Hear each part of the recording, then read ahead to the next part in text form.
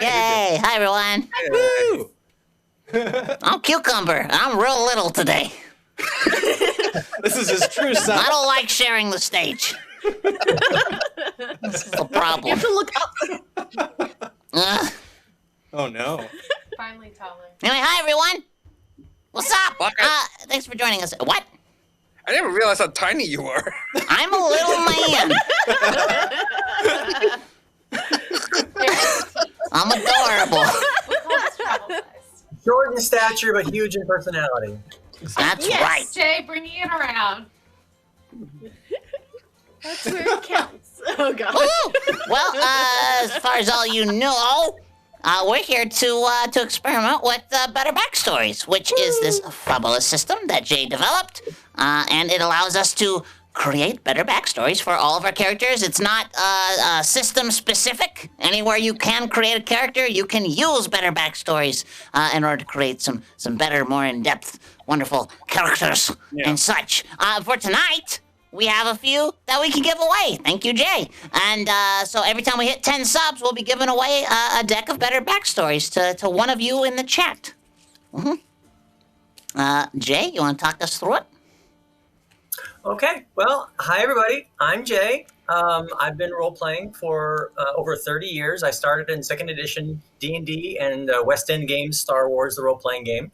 I created better backstories because I love making characters myself. I have over 220 D&D characters all in a database that I'm constantly modifying. I haven't played them all, of course, and I just like making sure they all have a different backstory, because if you make a lot of characters and you're not terribly creative, you end up accidentally giving them all kind of similar information. How many of my characters are going to be adopted? How many of my characters were raised by wolves? It just starts to get a little bit redundant.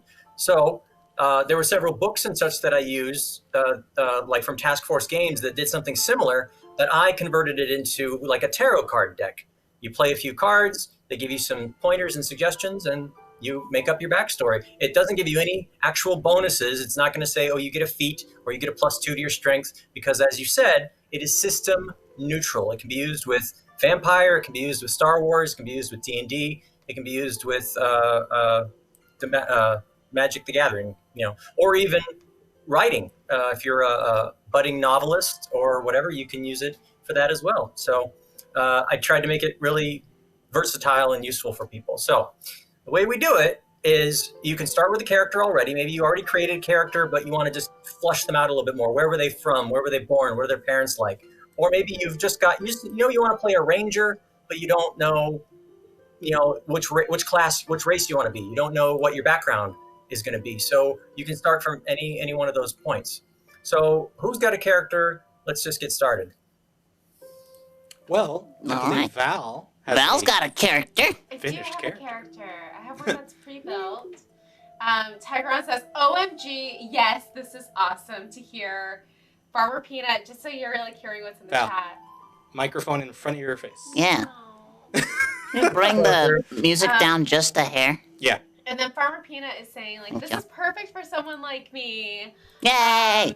And Red Brown Queen is saying, this is super useful, and I just made a level 7 character today. Hey! Or 7 level 1 characters. Elaki, thank you for the sub! Yay! Thank you very much. Yay! 2 whole months. And Elaki says, I love making backstories. You come to the right place. Awesome. We got those links in the chat as well, so people could potentially buy their own. Yeah, if you guys want to see where... you go to betterbackstories.com is our main website, and there's a store there, and I just started a sale because today is the 1st anniversary of the creation of Better Backstories. I launched the Kickstarter today last year, and I've dropped the prices by about 20 to 25% on both the Big Bundle Box, which is the Kickstarter exclusive, which includes the basic deck and the first 2 boosters in one box, and on the basic deck, which is only available currently by print on demand or PDF through drivethroughcards.com. And both of those links are accessible through betterbackstories.com. So if you don't want to take the risk of winning one, you just want to go buy one, go right ahead. And if you get a big bundle box, I will throw it in the mail tomorrow morning. Yeah. And Big Bundle Box is what we're using tonight. Yeah. That's right. That's right. Everybody got one. Jeez. Val, you said you had a character? I do. I have a Lightfoot halfling druid Okay. her name is Fanya. So she's Vanya with familiar. a V? Fanya. Fanya as Like a baby deer, IA. yeah. Thanks, Okay. Cucumber. You're welcome. Okay. So I'm All right, ready. We got the card. So make sure you shuffle up the cards real good. Now, again, the big bundle box includes the basic deck, which I call genre neutral. It's 60 cards, can be used with any system, any genre. But the first two boosters include the technical booster, which is a sci-fi booster for space stuff and advanced technology, and then the mystical booster, which has a little bit more of your supernatural and magical stuff. So for this game, we're doing the basic deck and the mystical booster mixed together. We've taken out the technical booster, and that's one of the great things about the system. You can pick and choose which cards you want. As a dungeon master, maybe you want these 20 very specific backstory elements, but you don't know who's going to get them. So you can deal them out to your players before the session starts and incorporate them into your backstory. So maybe you've already got an idea for your storyline.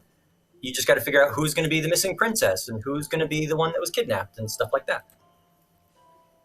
Nice. All right, so you got your cards ready, Val? Who's playing? Val? I am shuffled. Yes. Mhm. All shuffled. So go ahead and give it a cut, and go ahead and play out 5 cards face up. Ta-da. Oh, hey, here we are. Okay, hold on. Yeah. Sourpuss, Oh, Lawful, Reincarnated. ooh. These are fascinating. Famous. Oh, that's exciting. And Denial. Okay. And then we have some chart cards. Correct. So if you hold up one of the cards that do not have a chart. So some of the cards are just a simple title with some flavor text that just kind of give you a basic idea of how you want to use the card, and you can use it. You can be as detailed as you want. You don't have to follow the flavor text word for word. So you were reincarnated. You could stop right there.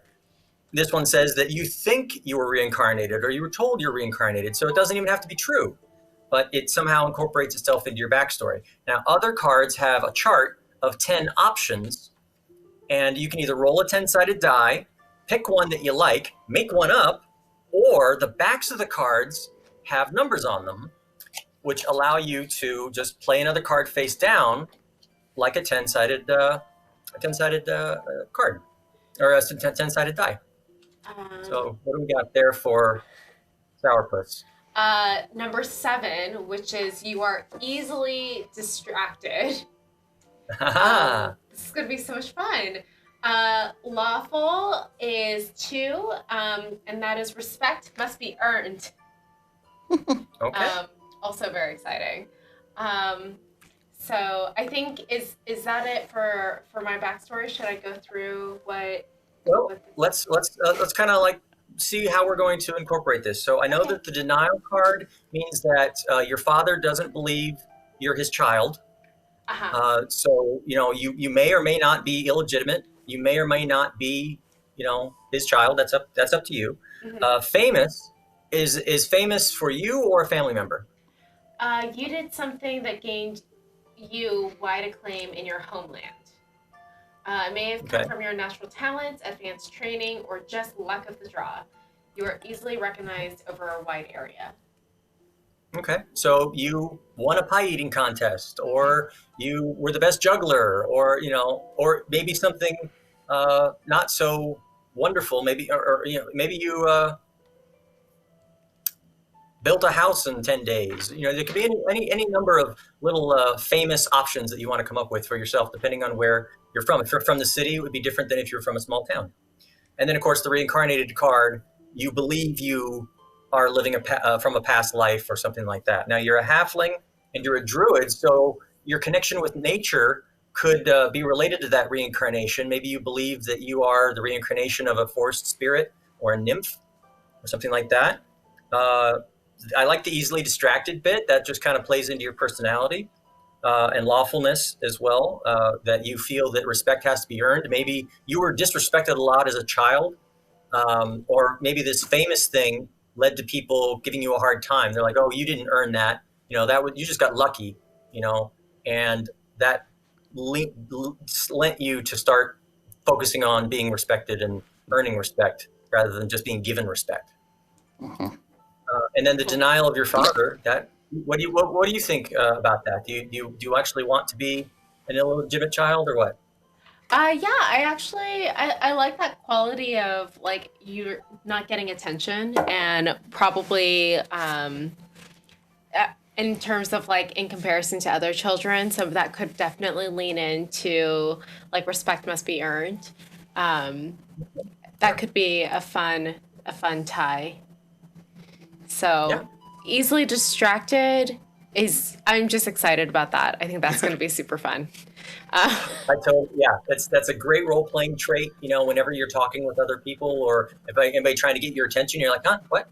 There was a squirrel. What were we talking about?"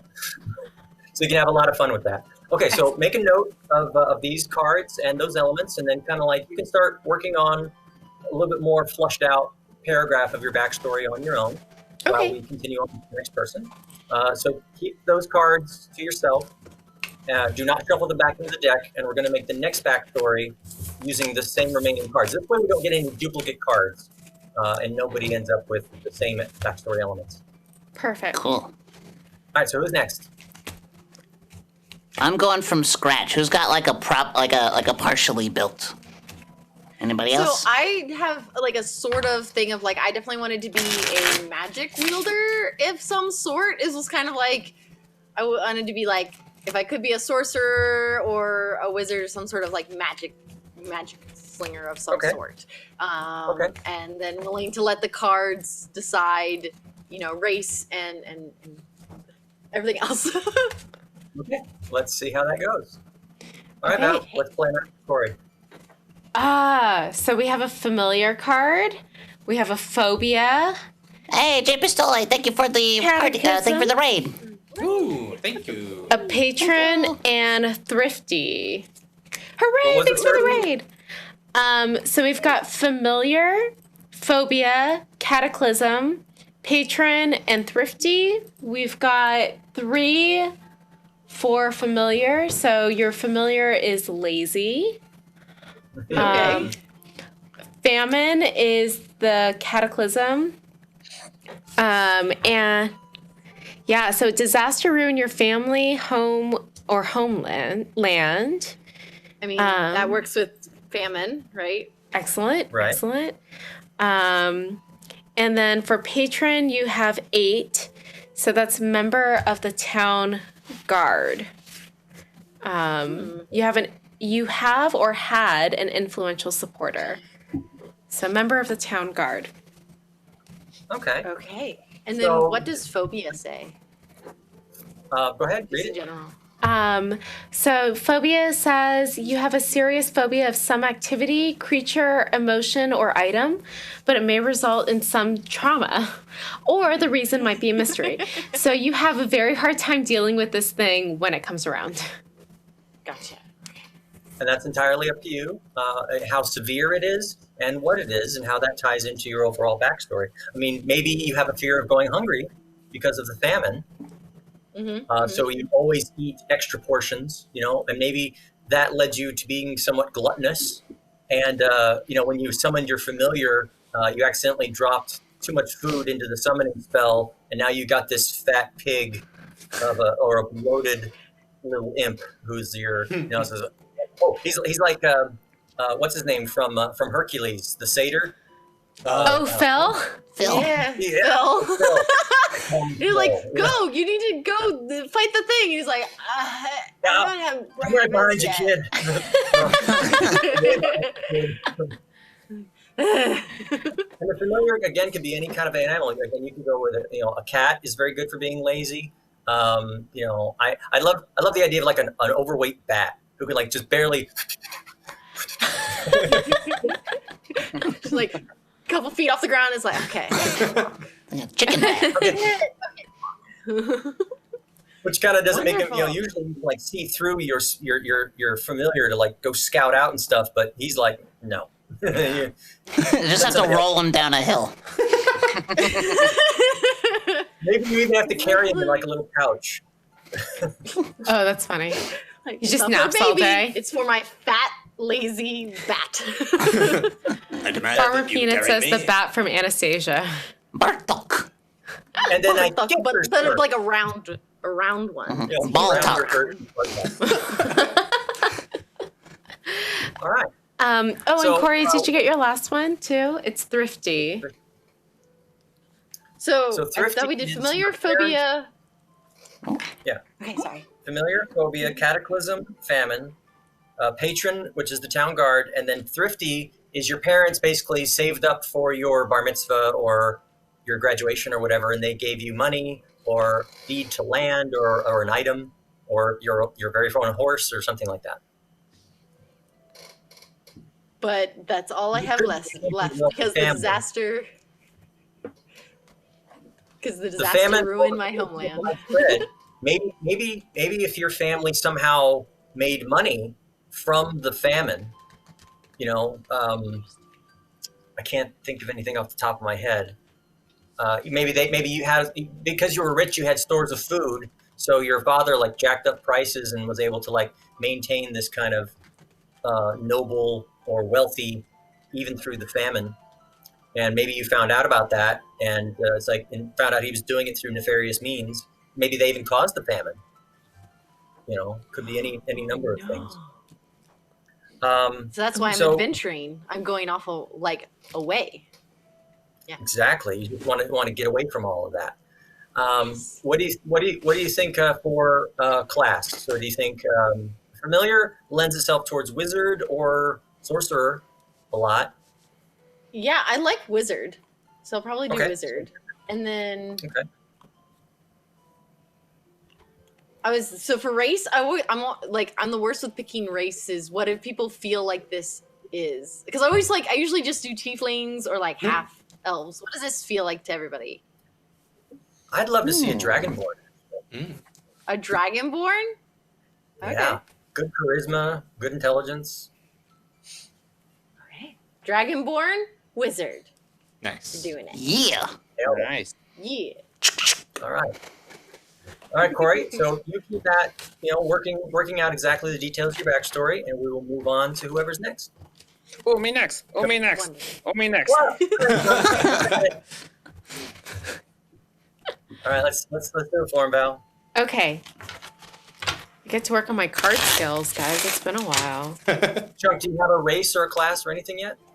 I'm from scratch. Completely Yeah. blank. All right. All the time. That's his number. That's my normal. Now,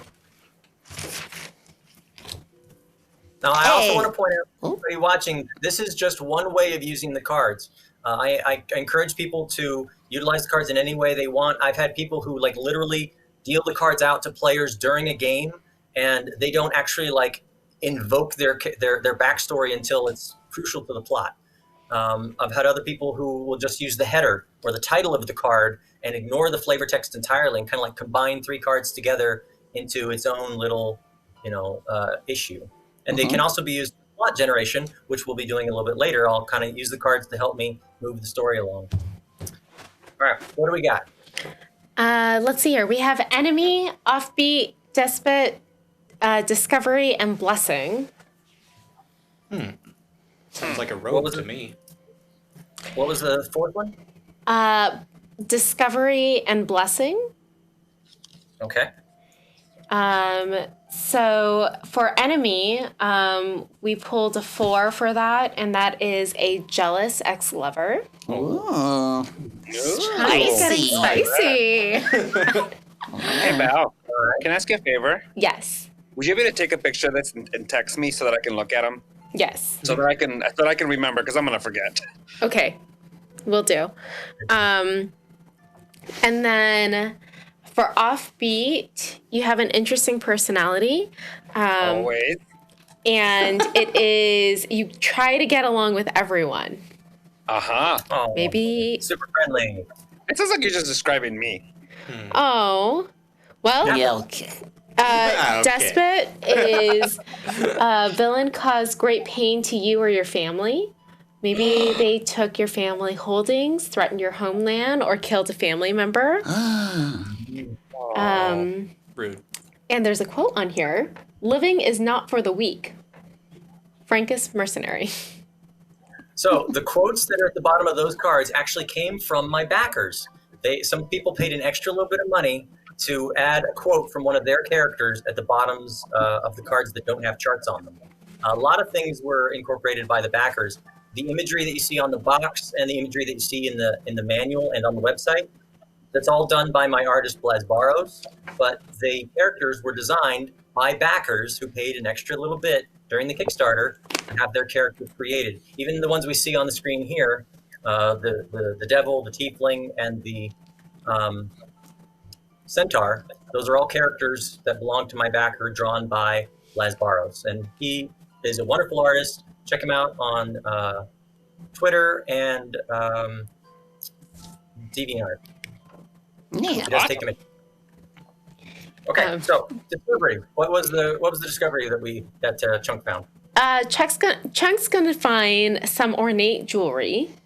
Okay. And Blessing is you always know which way is north. And you just look up at the sky. That'll do it. Good sense of direction.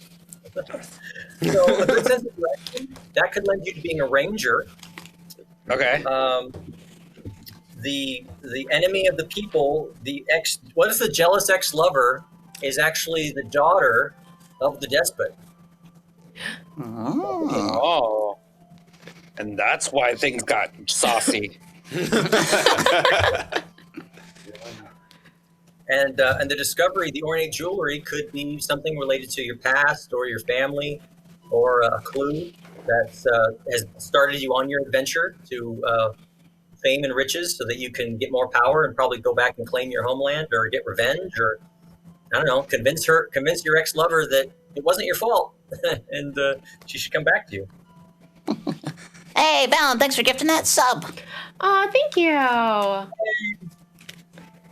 So what are you thinking for race, Chunk? I'm thinking something that would like live in a town, like something. So nothing like. I'd imagine this would be like in a town or some kind of place where there'd be a lot of people. So maybe. Okay. Maybe a gnome. A gnome, yeah, we'll do a gnome. Okay. And what do you think for class? I like the idea of a ranger, so it might be like a forest gnome ranger. Huh? Okay. A forest gnome from the city who's a ranger. Well, he lives in a little town, and then next to the forest, and then next to the wilderness. Yeah, and then again with ranger, you can decide if you want to focus on being a beastmaster or a two-weapon fighter, or ranged weapons and such. That'd be cool. I always like the idea of the little people like gnomes and halflings with like really big weapons. I had a barbarian halfling who had a great sword that was enchanted, so he could still wield it without disadvantage.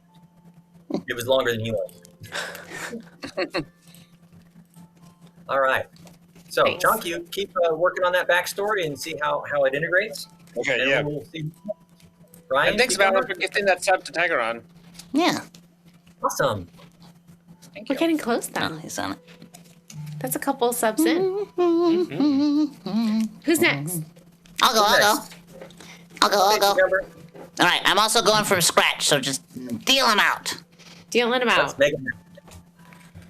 Is it because you didn't bother to do any homework for this the show? Is that why you're going from scratch? That's right.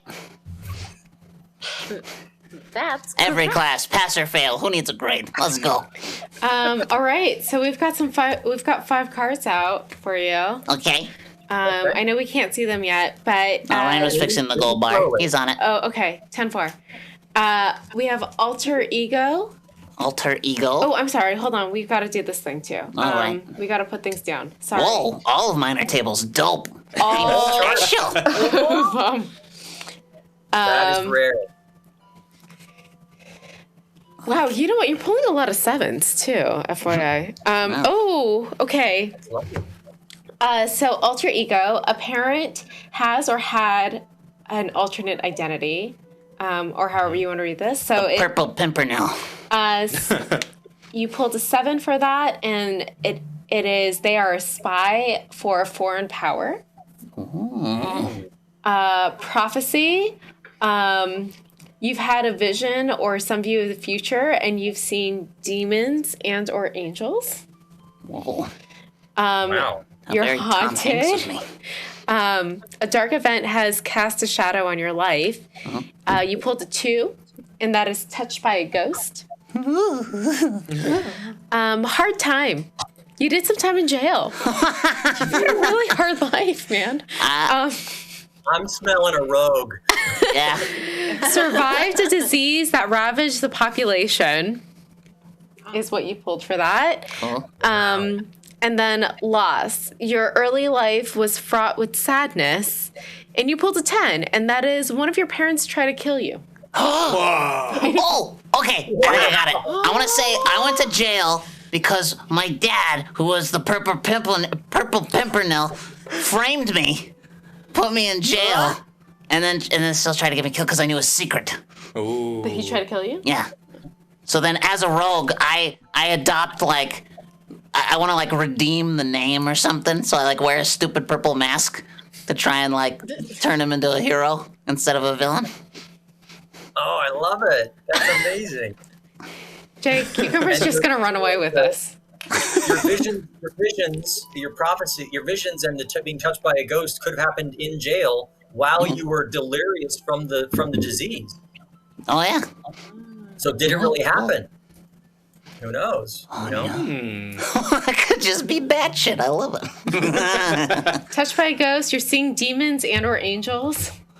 I love it. Can you just pass those to me? Yes. Thank I mean, rogue does sound like a good one, but because of the demons or ghost, you could also go with a warlock. That could be your Ooh. patron. I do like me a warlock. I think I'm gonna go warlock.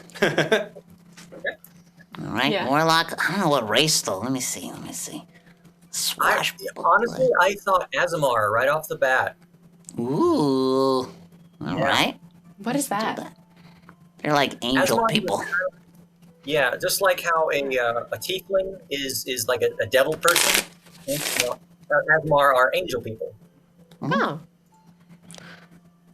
I'll be I haven't gone that deep into the world yet. I didn't know that was the thing. It's a thing. All right, good Yeah. good draw there, Cucumber. I look forward to seeing what you come up with there. All right, and last but certainly last. Perfect. So yeah, I do have a character that I've actually used a few times, but I've never really given him much backstory. It's always just like, oh, when I go to a league or something like that, it's the race, class, and name that I always choose, but he never has a backstory. So Okay. he is named Kel Damar. He is a Dragonborn Paladin. Another Dragonborn. Okay. Okay. Let's see what we can do with him. Okay, 5 cards on the table. Coming up. Oh, my goodness. Oh my. No charts? There's One. chart. Oh.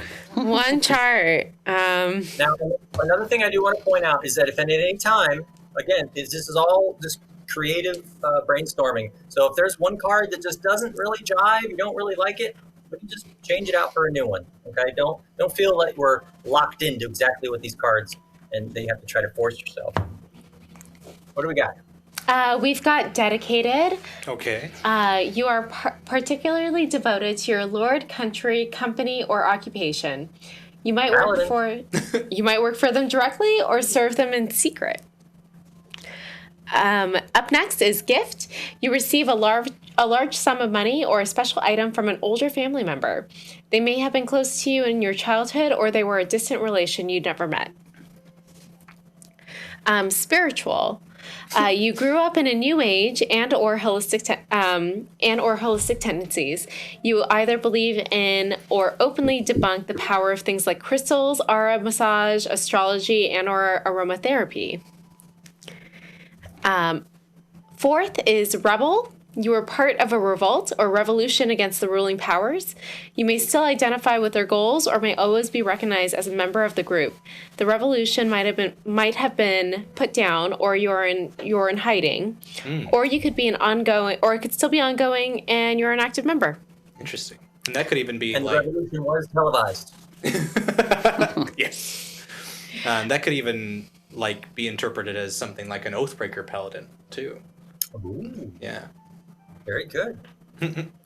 And then obsession. A family member takes something very seriously. You pulled a 4 for that, and that is they love modern art, books, or music. Cool. Now, I will point out that the flavor text says family member. That's again an idea of how giving your parents a little bit more flavor, or something like that. But you can use that for yourself if you want. The cards are meant to be interpreted any way that you feel necessary. Like the alter ego that Cucumber got. It says your family member has an alter ego, but you can use that for yourself, and you kind of did because you said you're going to be wearing a purple mask and also trying to be like the Scarlet Pimpernel number 2. Oh, purple. I don't want to get sued. Oh, The Violet Vizier. Ooh. Yeah, I'm taking that. That's better. You're like, shwink. Okay, so there we go. 5 characters, 5 brand new backstories, and characters being developed as we speak. So I think we're using D&D Beyond to just randomly generate the characters based on races and classes to make it simple. Yep. Yeah. Okay, so we'll get everybody up and running and go from there. Maybe we'll take any questions in the chat about better backstories or how the cards Sure. can be used, where they can get them.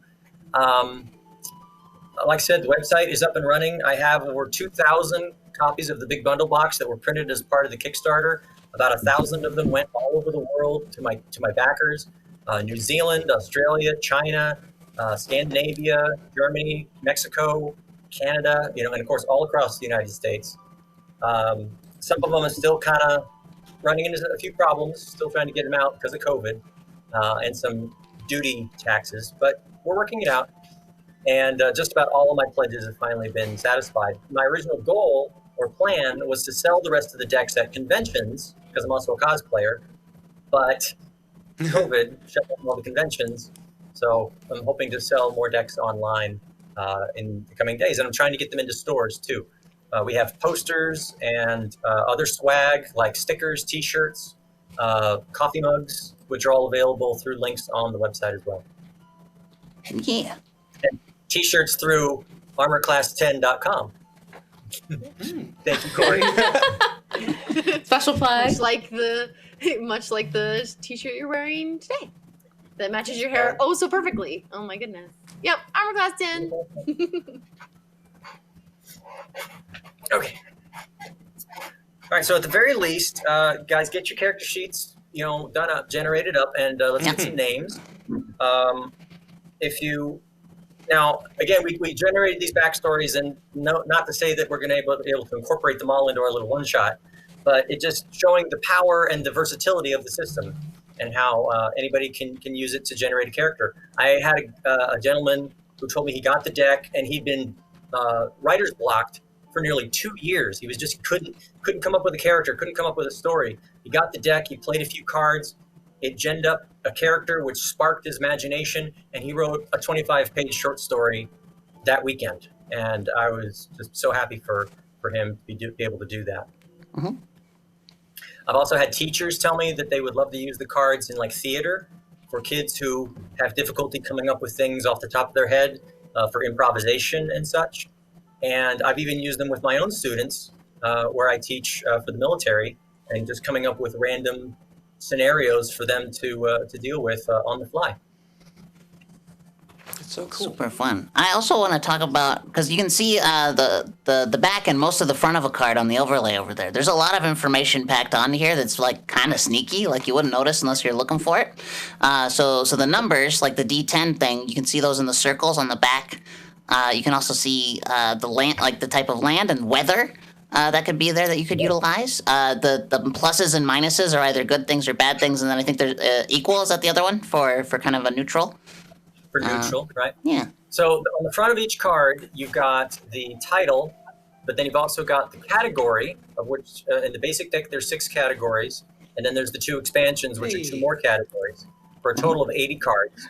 And then you've also got this little question mark here, which indicates that this element, this suggestion to your backstory, could have had a positive or a neutral or a negative effect on your life.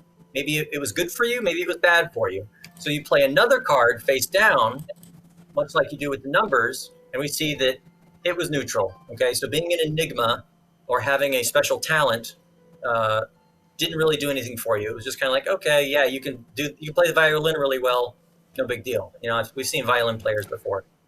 But then those pluses, minuses, and equals on the back of the cards can also be used by dungeon masters on the fly when you suddenly create a tavern full of people and you say, oh, there's the dwarf over there, there's the tiefling playing darts, there's the centaur over at the bar, and suddenly they're like, we want to talk to the centaur. It's like, oh, the centaur is they're kind of grumpy because we got a minus here, and they're drowning their sorrows in the biggest keg of beer you've ever seen because they just recently lost somebody in their life. So just that quickly, the cards can be used by dungeon masters on the fly to create little quirks for random NPCs that players are always trying to investigate. Yeah. And thank you, Valen, for gifting that sub to Farmer Peanut. Thank you very much.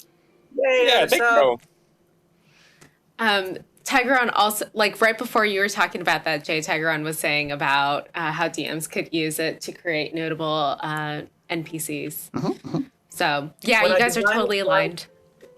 Perfect. When I designed the cards, initially it was just about backstories. And then as I was designing them and playing with them, it took me 2 years kind of to develop them and tweak the ideas and move the cards around. Like the original suggestions were only 8. And then later I was like, no, I'm going to go with 10. And originally the cards were tarot card sized because they were based on a tarot card concept. And the title was at the top and the bottom, readable both ways. And I just realized that with all the text, that was stupid. Why do we need it twice? You're just going to play the card the direction that you read it. So we also was harder to shuffle. So we went down to the standard poker-sized deck. But then I said, I don't want it just to be used for backstories and then set aside. I thought this could be used for NPCs. It could be used for information on the fly, for plot generation. And I started adding more of those elements, like the alignments for, is this NPC amicable to the players or negative to the players? And then also we had like Cucumber said, the weather. So I think adding weather to any situation, whether it's combat or a social situation or wandering the city, can really add a lot of elements that role-playing games tend to miss out because it's always a sunny day and it's never a thing. Well, if you're trying to do combat in the wind, in a heavy windstorm, maybe you guys have trouble shouting suggestions to each other. Hey, toss me a sword. What? I can't hear you. Or if somebody was an Aarakocra, maybe it'd be harder for them to fly in that windy situation. So that's why we added these icons on the back for adding weather to the game. And if you don't know what that icon means, on the front, it tells you that it means windy. So we've also got the landform card, which this one is a city, and it's another icon on the back. And again, that can be used when your players suddenly go over the mountain that you haven't mapped out yet. And they're like, oh, we go over the mountain. What do we see? You see a river, and it leads down into a lake in the distance, with a volcano. So again, playing a few of these cards could help you just randomly generate things on the fly. I'm all about brainstorming and random improvisation. A lot of my games are very improvisational. So I'm trying to take part of my brainstorming brain and give it to the world. We're already seeing Farmer Peanut's this is brilliant. You're hearing so much excitement. So super, super great. I'm really thrilled at the result. The original Kickstarter, I asked for $3,000. I expected to get maybe 100 backers. How hard could that be? I ended up getting $25,000, over 800% funded, and 1,350 backers all over the planet. And it just blew my mind, the number, how much support there was for the system. And now it's just a matter of keeping people informed and getting it out to the world and getting it into game stores. And I'm already working on future booster packs for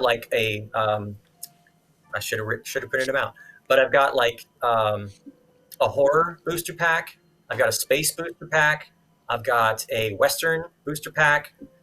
Just any other little genre that you can think of. Those 10 cards would be just a little bit more specific to those elements. And you shuffle them in all together, and again, pick and choose. So you can literally, just like Magic the Gathering, build a backstory deck, knowing that certain things may or may not come up, and play it out for your characters. And also, additionally, every deck includes some extra cards. First of all, we've got icon cards that tell you what all the icons mean in case you don't want to look them up. And we've got blanks. So you can come up with your own personalized backstory elements for your deck alone and fill them out however you want. Ooh. I actually had somebody ask me once, they were like, I had 5 blank cards in my deck. Was there a problem with the printer? A couple people in the chat are like, they want to see some Cthulhu or Regency Romance or Jane Austen. This is awesome. They've got a lot I of would love suggestions in the Jane chat. Austen. Oh, making a note. I'm putting that one down. Hey, well done. But yeah, with Cthulhu, I mean, I have to try to avoid. I'm trying to avoid anything copyrighted or specific. Like I can't do Star Wars until I talk to the Star Wars people. Mhm. So I'm keeping space kind of generic-y, dealing with aliens and things, outer space and things like that. Space but, ninjas. Space, Yeah. space knights. Yes. But again, the plan is to come up with just multiple types of booster packs that can all be combined and shuffled together into bigger and bigger decks. And again, if we include the technical deck with what we have here right now, you end up with some potential steampunk stuff because you could have like a replaced arm. You could have a knack for technology. Maybe you believe the technology is better than magic. So, or if you want to play a sci-fi campaign, you take out the mystical cards and you're doing Star Wars or Star Trek. Mhm. I love the Jane Austen booster. I got to work on that one. That'll be fun. Okay, I think I made my story better. By the way, Okay. What do you got, Chunk? so my enemy is my ex-lover that we agreed. They are my ex-lover because I found some piece of jewelry in the forest, and they found it and got super jealous and got real mad. So they burned my family house down. She became my, the person became my enemy. And now me and my family got kicked out of our village. They didn't get kicked out of our village. We left because people didn't like us because that person had a lot of say in the village. And I was always trying to get along with people, but didn't work out. All right. So you and your whole family were kind of like refugees, and you kind of like on the run and trying to make a name for yourself in a new town. That's perfect. Yeah. And then and my crazy ex-lover is still hunting me down because I broke their heart. Don't let it go. I'm a heartbreaker. I love it. So I pulled up some of my other boosters because I want to make sure that I listed these. So we've got the Galactic booster, which is space and rockets. We've got the Extraordinary booster, which is heroes and powers like superheroes. We've got the Natural booster, which is wilderness and animals. The Traditions booster, festivals and ceremonies. The Shivers booster, which is horrors and nightmares. And the Shambling booster, which focuses on zombies and the undead. Ooh. The Summit booster, which is mountains and rocks with no K. So it's like a giant bird rock. And then the Seaward booster, which deals with pirates or sailors or people who live on the shore and things like that. And the last two, these are just the ones that I've planned so far, is the Urban booster with both not only cities, but syndicates or government issues or organized crime. And then the Rural booster, which deals with your kind of farmers and barnyard animals and such. I think it's farmers and crops is the side name. So yeah, these are all just kind of ideas so far. They haven't been fully developed, and I may do another Kickstarter once Better Backstories kind of becomes a little bit more. Because right now I haven't made any money. Any money that I've actually gotten from Better Backstories has gone back into marketing I've had commercials made. I've had YouTubers do reviews. I've got you wonderful people helping me out with this. And I've just got tons of product to try to get out there. And I'm hoping to keep spreading the word. And if you know a gamer or a writer or any kind of a creative person, tell them about Better Backstories. And then it seems like we're just 7 subs away from our first giveaway. So, and that's for the big bundle. And that includes what else? I'm sorry, remind me, what are the boosters in the big bundle? Okay, so the big bundle box includes the basic deck, which is your 60-card genre-neutral deck that can be used in any system and any genre. And then you have 2 boosters, which are 10 extra cards each. The mystical booster for magic and fantasy stuff, and then the technical booster for sci-fi and technology. Then every box also includes the instruction manual, which also has the names of all 1,350 backers on the back. You've got 5 blank cards for making your own cards. You've got your icon cards. And last but not certainly last, you've got the category icons. Hardliner just donated 10 subs, gifted 10 subs to people in the chat right now, so we're already at our first giveaway. Nice. Ryan, do the thing! All right, so everyone get active in the chat. Yep. Get active in the chat, everybody. Type it, Oh my gosh, so exciting! Oh my god, that was so cool! Thank you, Hardliner. Appreciate it. Thank you so much, Hardliner. Wow, that's so cool. Oh, All right, God. and so resetting goal to be 3 up, so... Yeah. Oh, wow. Oh, look at that. Hey, everyone. Hi, Whiskey. We have so many friends in the chat. Yeah. So cool. I love the willow emoji. She's a shark.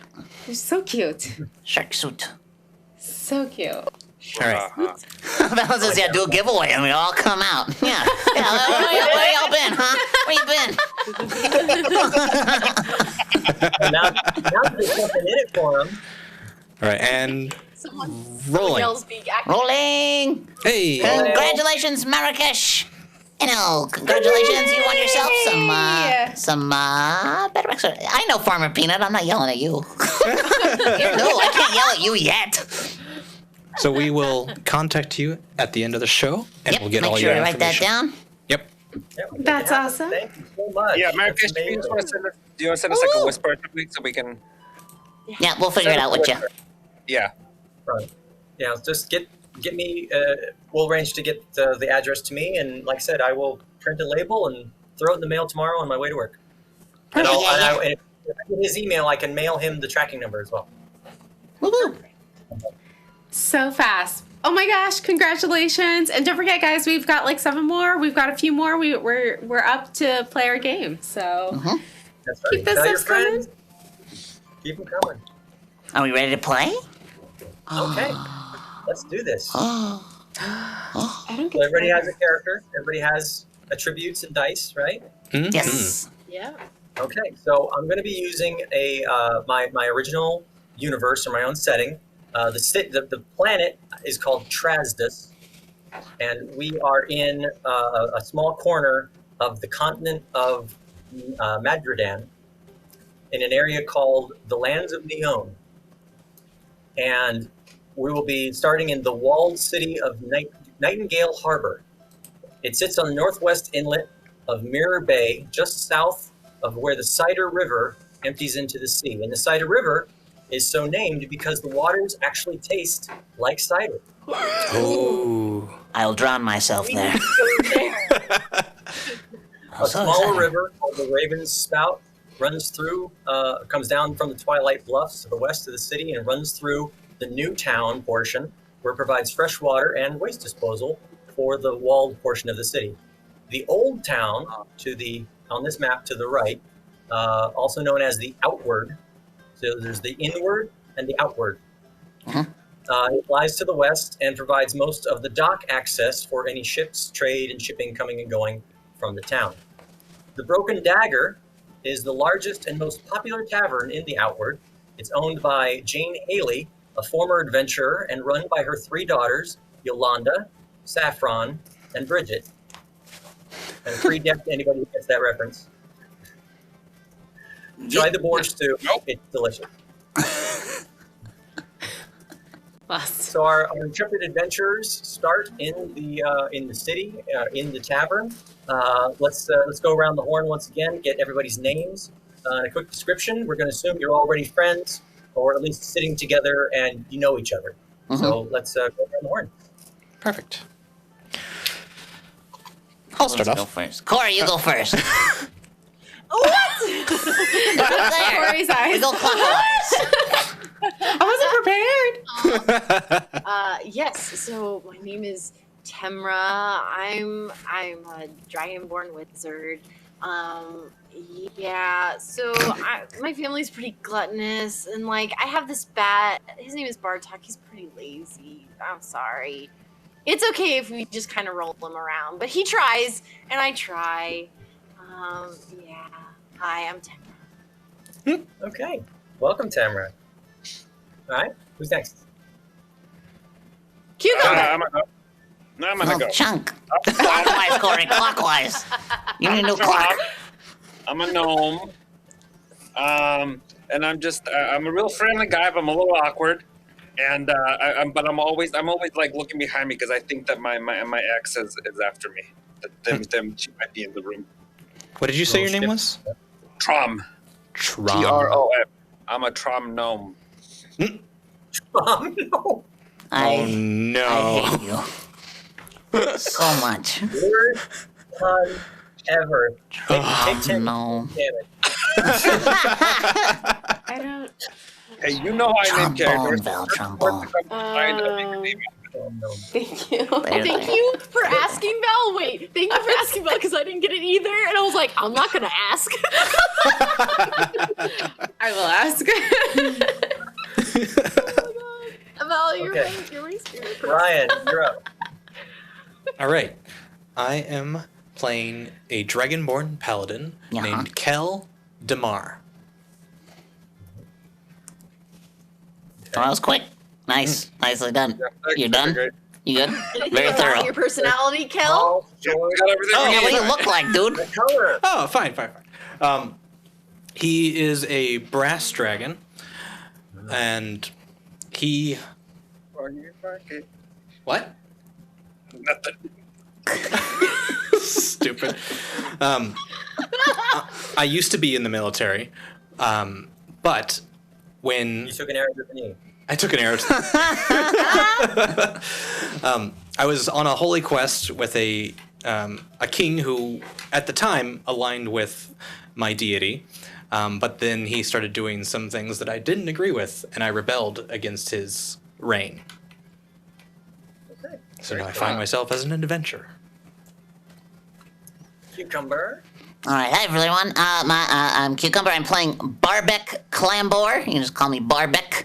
Yeah. So I'm amending what I said before. I'm keeping most of it. So the Violet Vizier has been a long-running title in my family for like generations, and my father like threw it away when he started using it for crime and evil. So I see it's my duty to bring the name back to its good graces, and like. Everyone in our party knows my secret identity, but the rest of the world doesn't.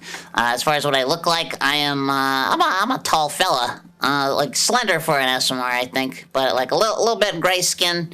So the purple really pops when I put it on, like very Darkwing Duck-esque when I put everything on. I love it. Yeah. And when you identify yourself, do you have to say, I'm the Violet Vizier? Do you have a stutter? I am the purple that plops in the night. I remember Daffy Duck did the Scarlet Pimpernel one. Yes! It was, classic. All right, Val. All right. So we talked about Fanya earlier. This is so awkward, guys. I never know. Oh my goodness. How What? people- Keep going. Help me. Don't mind me. So I am a Lightfoot halfling. I can't. I struggle with what? You're very close. What Well, that's should I be fine. famous for? I don't know. Okay, you might know Taking your me. sweet time. Yeah. I'm gonna say you said Jay, you said baking pies earlier, right? Mm-hmm. Was that a thing? I will be famous. Excellent. Do halflings Famous for cook? making pies. I love it. Do halflings cook? Oh, very much. Yes. They love Okay, Think of a hobbit. They got like 8 meals. we've learned a lot about races today and in the D&D world. I don't know. What is happening? You're No, in I'm my just bubble. listening intently. You're I haven't in- gotten to share space with anybody in a while. You're Okay. in my bubble. Listen, this Listening isn't intently physically with distant. your eyes. I know. gotta read lips. So okay, you will know me from all the pies. Mm-hmm. You might know me for my famous pies. I love it. And that's great. We'll start with that. Rhubarb? Okay. And you're, You and don't you're get definitely rhubarb. best friends with one of the daughters. Bridget is the cook, so you know her really well. I'm so excited. Bridget, let's chat. All right, so we'll start in the tavern. It's a 2-story building with a stable on one side. It's got kind of a roaring fireplace in the middle with a chimney that goes up.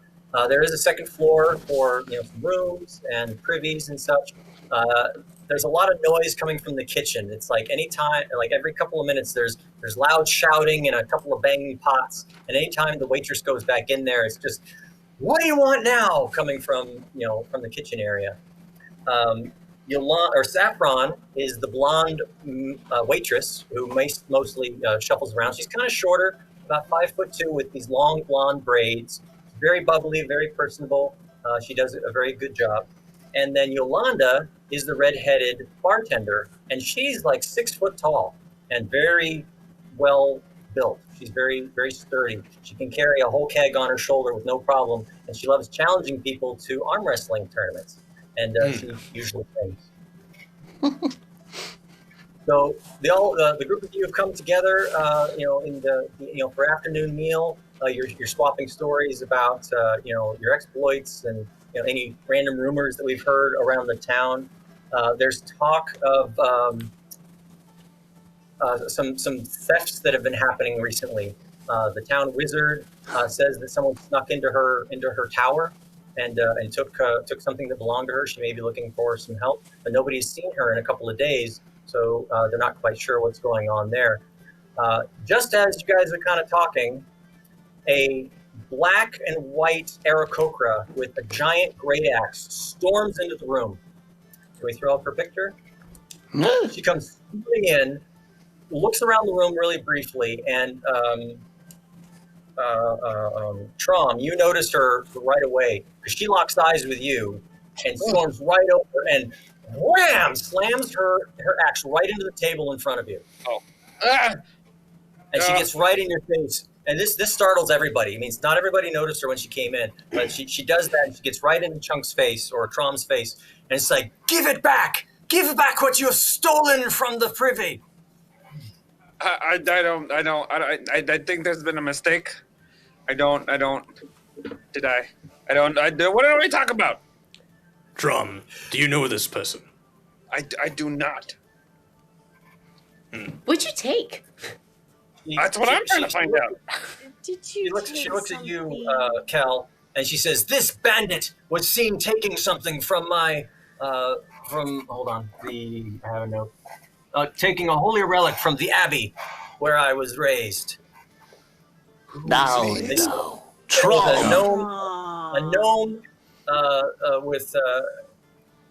She describes your basic features. Where where is it? And she like grabs you by scruff of your neck, and she like No, insists. calm down. What evidence do you have to present to us? She kind of looks at you and gets a little confused. I was told that this is what he looked like. Him and his bandit buddies were seen leaving the abbey just this morning. We are no Okay. bandits, and we've been drinking here all evening. Yeah. These are my only buddies. We've been talking pies. Do we look like bandits? Bandits can look a lot of different ways. I don't know. So you're Well, kind look at of her face. doubt the information she's been given. So what did they take from the abbey? They took a very holy relic. It is a rod that has been, kept there for generations, and they came in the morning and knocked out the priest, and then took it along with several stacks of donations to the church. Well, Trom, spill out your pockets. Okay. I turn all my pockets inside out. It's mostly nothing. Oh, well, it certainly would. If you had it, it would be very obvious. It's I mean, it's a foot long. It's gold, and it's got designs on the top. And I'm not the only gnome around here. No, that is true. Do you know of any other gnomes who are perhaps nefarious, or does anybody have any information about bandits in the area? Would I know from all my crime fighting? Go ahead and make an intelligence check. Okay. Nope. There you go. La la la. 8. You don't know exactly where they are. You do know that there is a criminal element in the city that most they're down a little bit closer to the docks. They spend a lot of time down there. But there's rumors that they actually have a lair somewhere out of town, perhaps in one of the nearby mountains, the Twilight Bluffs. I do know of some trouble in the Twilight Bluffs. Perhaps, maybe that's where we can find your holy rod. Oh, I certainly hope so. I mean, maybe they left a trail behind, or I should ask for more witnesses, perhaps. And she starts looking around the room, a little confused. She's a little socially awkward. Again, her kind of large stature, and being an Aarakocra, she really stands out in this area. But none of you have seen her before, even though she claims to have lived here for many years. So she had kind of a sheltered life. Mm-hmm. She suddenly dawns on her. She's like, "Oh, so rude of me. My name is Quir. Quir. I really could use your help." What? Is anyone offended that she tried to kill Chunk? No. She's clearly very passionate about this object. I would feel the same way if someone stole one of my relics. Or my mask. I just want to stand up for him. She kind of puts a foot up on the table and kind of pulling her axe out of the table where it was wedged in there. And she's like, "Yeah, I'm very sorry. I was just trying to. I'm a barbarian, and we try to be intimidating, and I'm very sorry. I saw him come in here. You did a good job. I was very intimidated. Yeah. Yes. Thank you. I mean, quite honestly, it's very hard to intimidate a dragonborn, but it was... I mean, you were very intimidated, right, Kel? Oh, yes. Right. Sorry. Yes. Well, thank you. I appreciate that. So, will you help me? We can head into the Twilight Bluffs and see what we can find out. Yeah. Certainly. Perhaps one of you is a tracker. Perhaps one of us is. Which one? Who might it be? The one that almost died. Yeah. I'm good at tracking. You can at least know where North is. Yes. He does. If they're moving north, I know exactly the direction to go. Fantastic.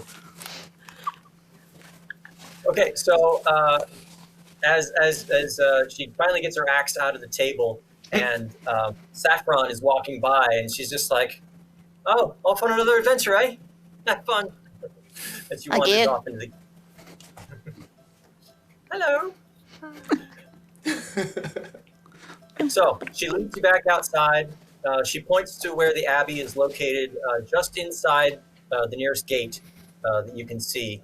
And you can see the steeple with the clock tower. Mm-hmm. And she says that it happened very, very suddenly, and then they departed. I know that there was a gnome, a couple of humans, and an orc were seen leaving the scene, and they came into the outward. By the time I was able to get my armor and my weapons, I was coming by here, and I saw your friend, entering the tavern, and he matched the description that I was given.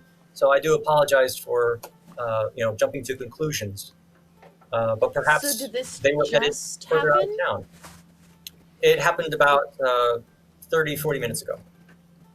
Oh, so this is fresh. Fresh. Yes. Yes. Let's go get him. So- This sounds like a job for the Violet Vizier. You didn't see that, Puffin Woman. You shouldn't do this in public. I'm still learning. It's new to me, all right? You promised not to do that. I just got out of jail. I don't remember how to be secretive. She thought that was amazing. Like, you're so cute. Dangerous hero. So she looks around and she spots a couple of members of the city guard, and she wonders maybe they would be able to help us. But she's like feeling kind of awkward about talking to other people since this encounter went so poorly. Does anybody know the guards? Yes, of course. I can tend to this. No problem. And I walk around. Hello, Keldamar. Once military. How are you?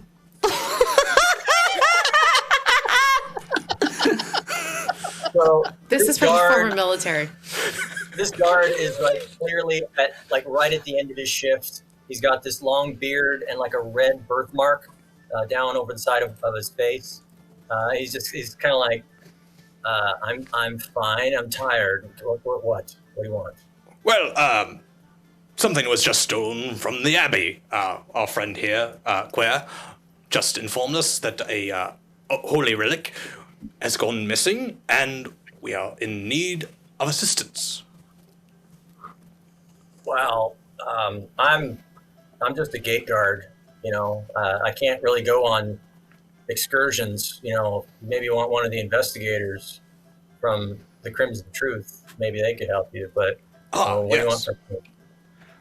Well, if you believe the Crimson Truth would better assist us in this situation, I will happily go that direction. What?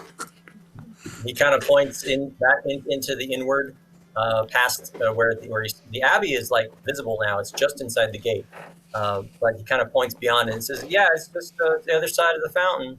If you want to talk to them, if they're even there, they might be out dealing with other issues. But good luck."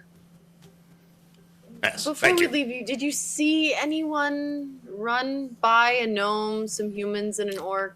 Did you Looks see like this. Like a group that looks like this gnome.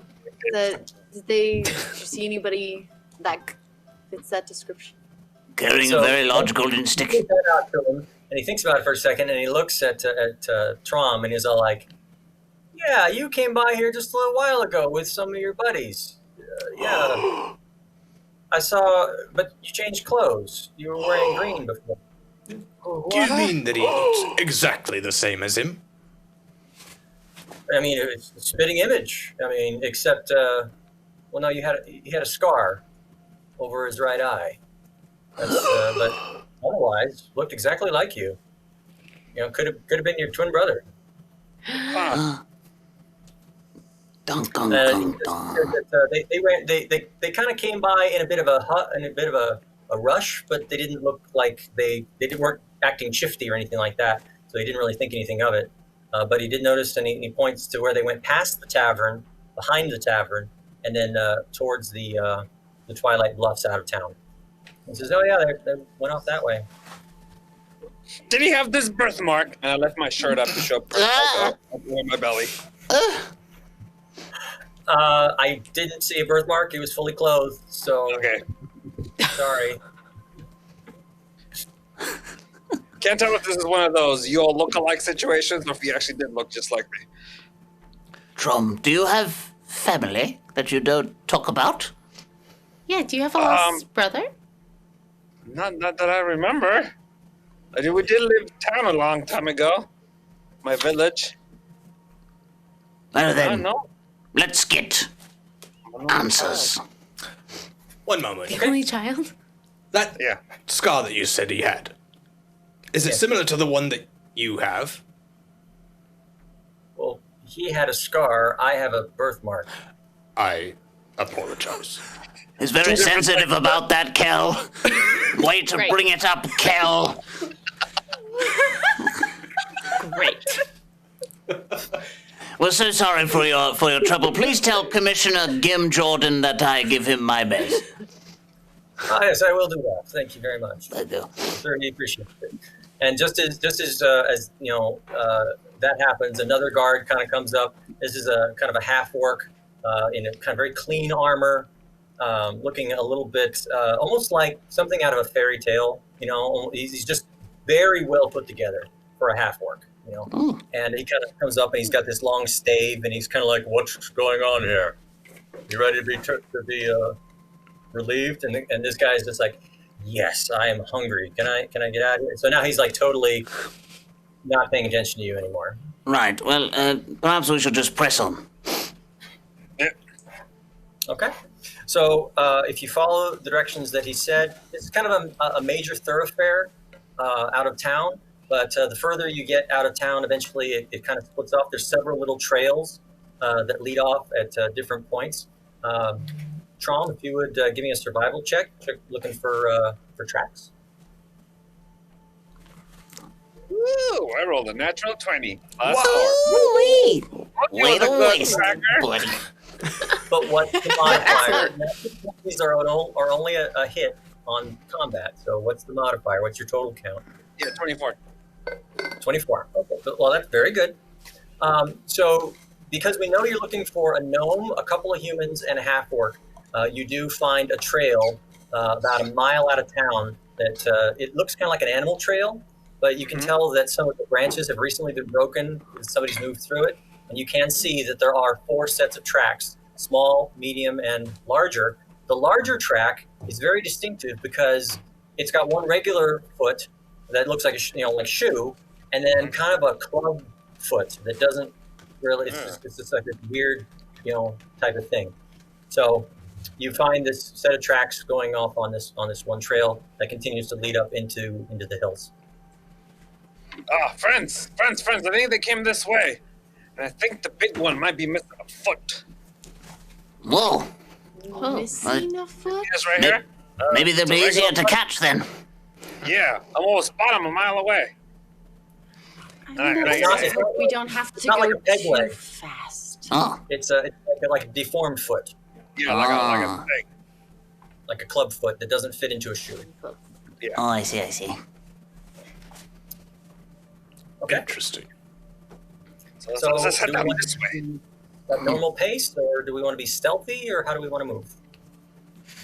Well, I'm not very much for stealth, but it's up to you. I like to live fast and dangerous. I keep playing with the brim of my very wide-brimmed hat. Time is of the essence. We must get there. It's true. Okay, so you guys press on, moving at a pretty quick pace, not really worrying about the clankiness. It is still midday, so there is sunlight, but you're in the trees, so there is a bit of darkness. You follow the path.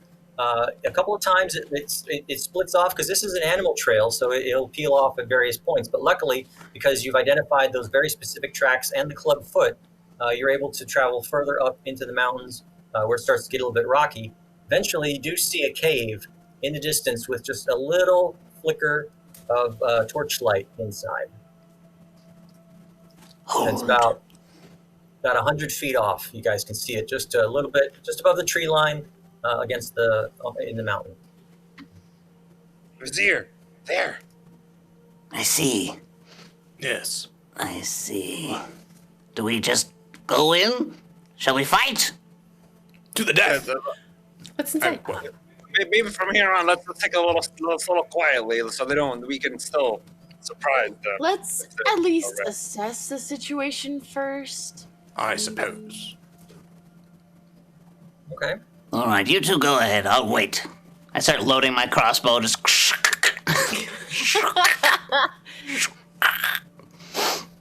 Yeah, I pull out my longbow and I load it and I walk slowly. Okay. Weapons at the ready.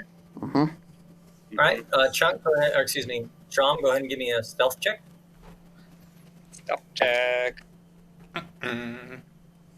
21. Okay. You proceed up. This kind of like there's clearly a worn path through the loose rocks, so you can proceed without making too much noise. There's a large boulder just to one side of the about 20 feet away from the opening of the cavern, and you can hear a little bit of laughter and some cheers happening inside. And again, you see that very light torchlight just inside the cavern, but you're hidden back behind that rock.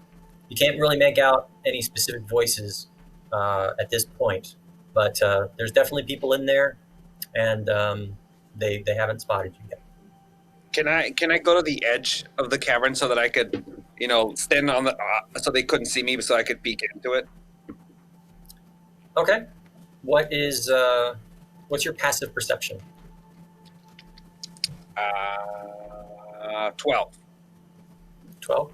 Okay. As you start to sneak a little bit further, you trip over a little rope that was right across the path at that point, and it causes a tumble of like armor and a couple of rusty swords that were kind of like set up as like a little mannequin on the side. They just crumble, clang, clang, clang, clang, clang, clang, clang, and tumble down the rocks and everything like that. All of a sudden, all the noise inside stops, and the torchlight goes out.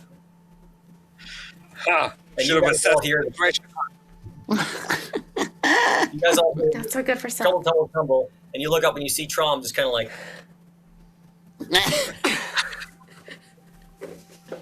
Well, all right.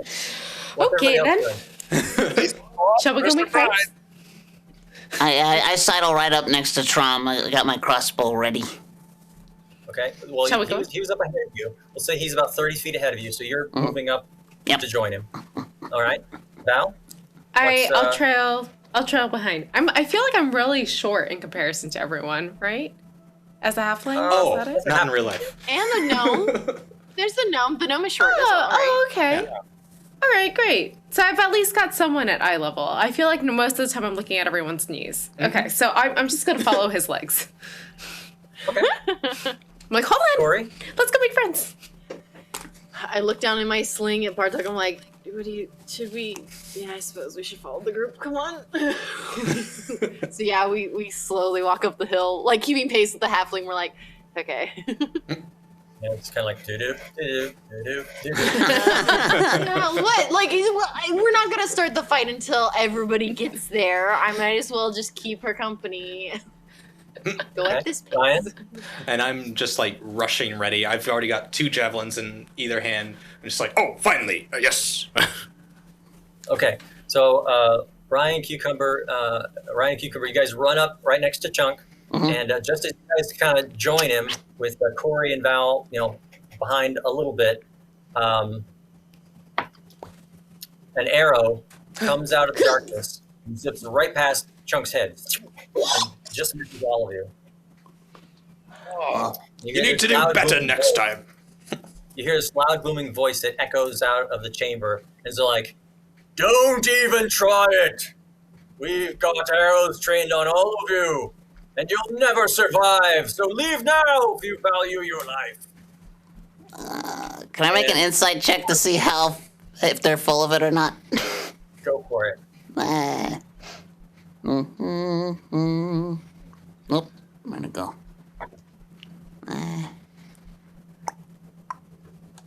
Oh boy. Oh hey, natural 20. I got 20, no modifiers. No modifiers? Okay. That's still good enough. It's really convincing, but you do feel that there's a little bit of acting going on there. You're not sure exactly what it is, but he's not telling the whole truth. Corey, you do recognize a little bit of magical embellishment on the voice. So possibly using some type of a spell to make his voice louder.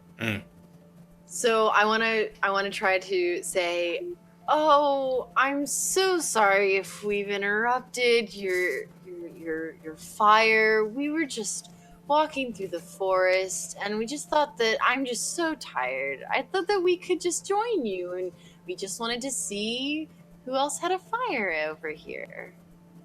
Would we be able to join give me a you?" persuasion check. Give me a persuasion check.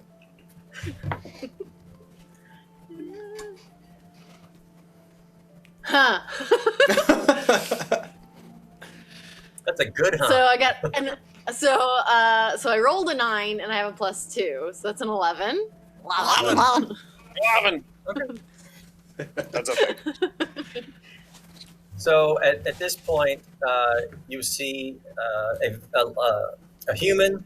You know, he kind of comes out, and he's got a very fancy necklace on, and you know, he's got like rings on almost all of his fingers. And he comes out, and he's got, you know, the saber at his side. He looks kind of like a foppish pirate of sorts. He doesn't have the big feather hat, but you know, he does look a bit piratey. And he kind of comes out, you know, with his hand on his sword, and behind him is a half orc with a giant club and a limp foot, and then another human, all wearing green robes, just behind him. So it's him flanked by these two individuals, and he kind of comes to the mouth, you know, out of the darkness. And he just kind of looks down at you all, and he's all like, "You sneak up on us, and now you think that to convince us that you're, you know, here for altruistic means? Leave now. Depart." I am the purple that plops in the night. I am the violet that blooms for thee. I am the violet vizier. Pew! I shoot one of them. What are you shooting? I want to shoot fancy hat guy because I'm, fancy pirate guy because I'm jealous of his outfit. What happened to sitting down at the fire? We were full of it. I thought. Too late. No. It wasn't a deception. It was a persuasion. Yeah. So I failed to persuade him to let us just share their fire. I see. I got a 6. This is not going to go well. Oh, no. Goes right past him, but you hear inside. "Ooh!" This. He See, I draws can his shoot sword, anything from anywhere. he draws his sword, the other raises his club, and the other human raises up a crossbow. Roll initiative. Woo! Yay! Oh, My is favorite that everything? Mm-hmm. How do you Top and center, there you go. just click? Ah! 4. Oh, no. Oh, this fits Temra so much. I rolled a 1. I rolled a 19. That's good. Yay! I got a You rolled a 9. 19. What's the modifier? Add your. Oh, no. And It's she rolled a 16 plus 3. She got a 16 19. plus 3. Okay. So technically I got a 2. 'cause I I have don't- +1 mod. I didn't want to come into this fight. You're in it now. Ugh. So, Val, you can always hold your action until something else happens. So, you could always say, well, I'm going to hold until they get closer to me, or I'm going to hold until they do, like, something else can trigger you attacking if you want to do that. Oh, If you're still okay. hesitant. If your character is still hesitant to fight. There's Yeah, two different right? ways to do it. You can either hold everything for until a later point in the initiative, and then your initiative number will change to that point for all future rounds. Or you can say, if they shoot at me or if they attack me, I'm going to attack. Or if somebody does this, I'm going to do that. But it can only be an action. It can't be your movement. But you can move first if you wanted to. And then it's called readying an action. So you can either hold to change your initiative, or you can ready an action, but you need to identify a trigger. Make Okay. sense? Kind of. Kind of. So I'm going to say that she has no idea that a fight is even happening. She's just there. She's looking at legs. She's honestly just looking up You're at the trees, welcome. just trying to figure out like what's happening in the world. Yeah. So she doesn't gotta even know that a fight has even broken out around her. Yeah, you came up right behind Barbach, and you're just kind of like, what's going on? Is anybody What's hungry? happening? I got pies. Chunk, what did you get? 23. 23? Oh my! Good job. Ready. And Ryan? I got a 9. 9. Balance says she's just there for the leg candy. Mwah. Hope you guys have great calves. Oh, real quick, Val, what is your character's name? Because I missed it when we were introducing everybody. Oh, her name is Fanya. Fun, yeah. Fanya, yes, I remember that. Okay, yes, thank you. She likes living with the animals. If I could live with Yeah, Anya, no, I no. don't even know you. She's not Oh. fully though. That was wrong.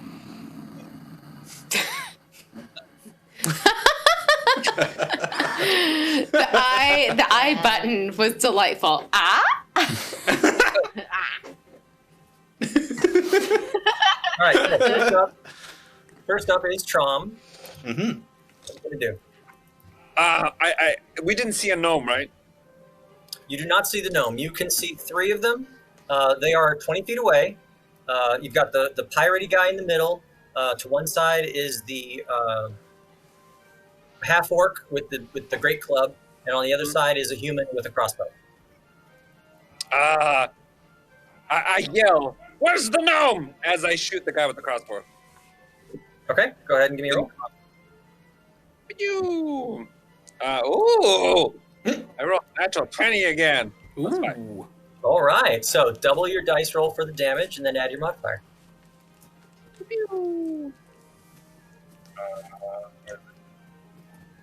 Another one. Another one. 15 total. 15 total. Okay, so this arrow goes right into his neck, and he's just like, and boom, falls back on his back. He's out for the count. And the pirate guy looks at that and he's just like, oh, and now he's like really paranoid now. Now, Fauna. Yeah. Funya. Fanya. Let me add a Y. Funyun. Remind me. Funyun. Funyun. So Fanya, you heard kind of just ahead of you a little bit. You heard Trom, release an arrow, and you heard somebody up ahead kind of, fell over. But you're not quite sure exactly what's going on. No. What do I do? What happened, guys? Mama? What did you do? Well, you can try to attack. You can just defend. You can just be. You can do what's called the dodge action, which means if anybody attacks you, they get disadvantage attacking you. Or like we said, we can set a trigger that if anybody tries to attack you or attack one of your party, you will attack them in response. As a druid, I think you might have some ranged magical spells, or you might have a weapon of some sort. I do. Yes. Okay, help. She's got her sheet. Click spells. Click spells. Or weapons. Your weapons are there. Your spells are there. I think most of your spells are talk to animals and shape water and stuff, so you're probably going to want to look at your weapons. Not helpful. Okay, where do I find my weapons? Go back to actions. Actions? There you go. You got a crossbow, a dagger, and you can punch somebody, but I don't recommend it. Okay, excellent. I'm tiny. This is not helpful. I have a crossbow. Yeah. Okay. Yes, you do. So I prep the crossbow. You can ready the crossbow for free, Okay. and then you can shoot it as your action. Or you can say, I'm readying my crossbow, and I will shoot the first person who attacks me, or the next person who attacks one of my party, or the next person who moves forward, or you could identify a specific person. I'm not going to shoot anybody until I see the gnome. It's up to you. Okay. Or you can just shoot anybody. You can just wait. I'm going to prep my crossbow, and I will attack the next person that attacks anyone in the party. Okay. So that you've readied your action, and you're just like waiting to see what happens. Hold the phone. What's happening? And hope that I don't get distracted in the meantime. No, hope not. Hey, what was that? Panic. Is a squirrel? What's happening? Hold a what? I'm glad you reminded me of that. What? Okay. So up next, Scared. The half orc. He lifts up that club and starts stomping kind of down the hill. He gets down that 20 feet, and you can see that club foot is slowing him down a little bit. But he seems pretty eager to get down there. So he's roaring, roar! He charges right up on you, Chunk, and he's going to come down on top of you. Oh. And that's a 13 to hit. Oh, no! Hit. 13 to hit. Now I'm Oh a 14. my. You're 14 AC. So, you see it coming because obviously he charged at you from a distance, and you step out of the way and blam! And he kind of looks at you like, "Argh!" And lifts it back up. Now, he attacked your party member. He missed, but he attacked him. So that's your trigger. I fired. Now, so go ahead, roll a d20. Yep. Yeah. Shoot the What, this? No, wait, here. Help me. Widen it out again. Go back to actions. She's on D&D Beyond. I'm helping. Click where it says +3. Click that. It'll tell you what your attack roll was. Oh, this is going to be... There you go. Ooh. So 20, 17 plus 3. So 17 plus 3. 30, 20. And, yeah. Yeah. And then if that hits, you're going to roll your damage. That hits? Yes. No. Oh, Roll okay. your damage. Well, I'm rolling. This one? Yeah. Hold on. Just click it. I'm clicking. Click it. I'm clicking. I'm panicked. There you go. 11. Max damage. 11. 11. Wow. Okay. Great. Okay. You're just kind of like you're attacking my friend, and he's like very close. He's only about 10 feet away, so you get him right in the leg. And he's just like ah. It's like you got him in the knee, so he's not happy. Meanwhile, behind the captain, we see another human come up with a crossbow, and we see the gnome, who all of you notice he is literally the spitting image of Trom, except for that facial scar. He's a little bit, might be a little taller, but facial structure and could be a brother, could be a twin. It's uncanny. So they come up. He comes up with a short sword, and he kind of looks at the situation. He notices you, Trom, and he kind of freezes. He's just kind of like, whoa. He's got this same look on his face when he spots you, so he stalls. The other human is going to shoot at the big shiny guy with the armor, which is Kel. I And point that is, that's a 13. I'm assuming you're using that. No. Are you using shield? Yes. 18 AC. Wait, no, you said you had 2 javelins. Oh, you right. So Okay. my But equipment, anyway. I will undo my shield. So Undo it's your 16, shield. but yeah. 16. Okay, so twing, goes right off your pauldron. Doesn't do any damage. Okay, Something so next, try and hit me.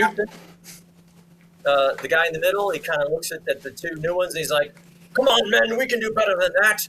Aha! And he'll charge down the hill, and he will come up on the Scarlet Pimpernel. Yay. The violet. Vizier. Yeah, and he's going to stab at you with his rapier. Okay. Natural 20. Crap.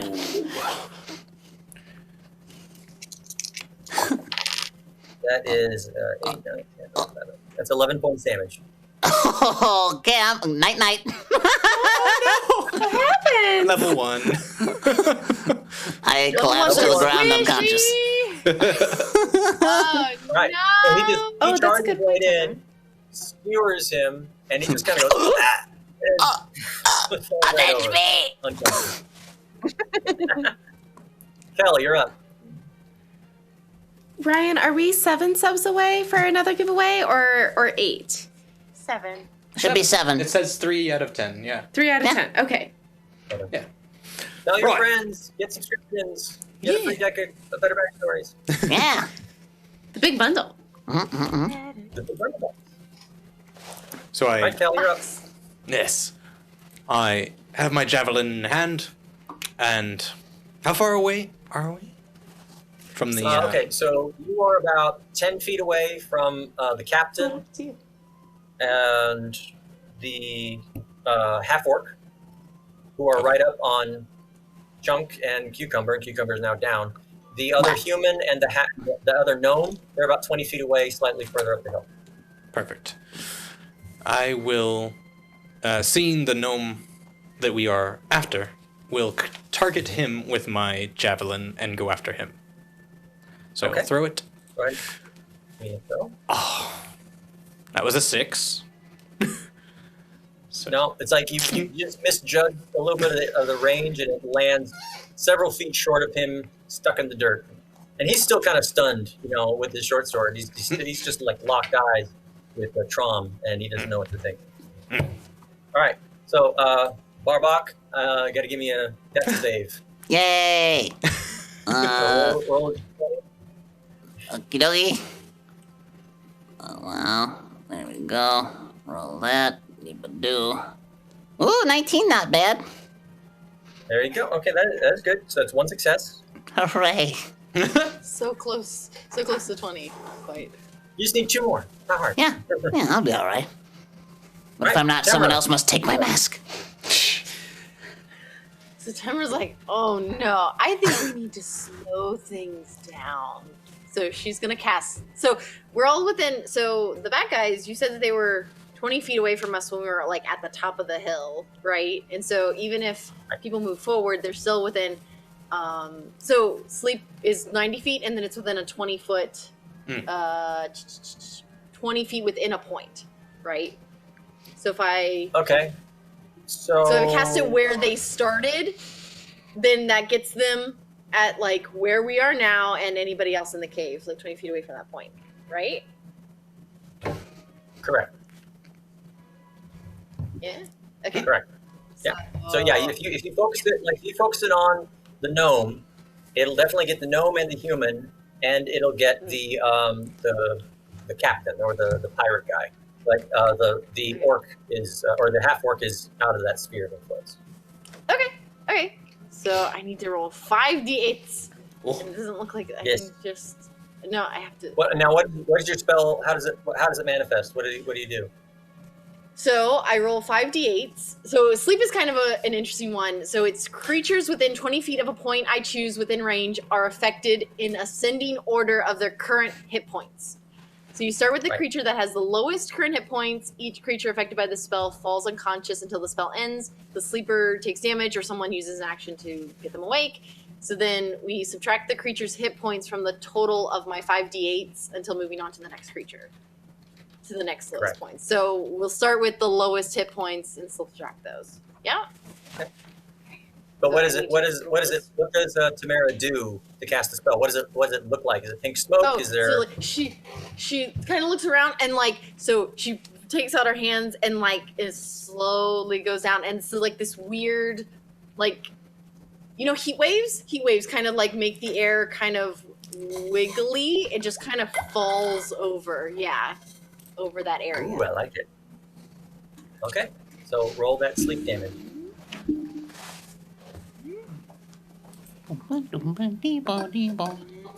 Okay. Geez, math. So, let's see. 20, 30. 30. Okay, so 30. the gnome and the human up front, the heat waves kind of focus on their heads, and they kind of blink like they're getting heat stroke, and they fall unconscious.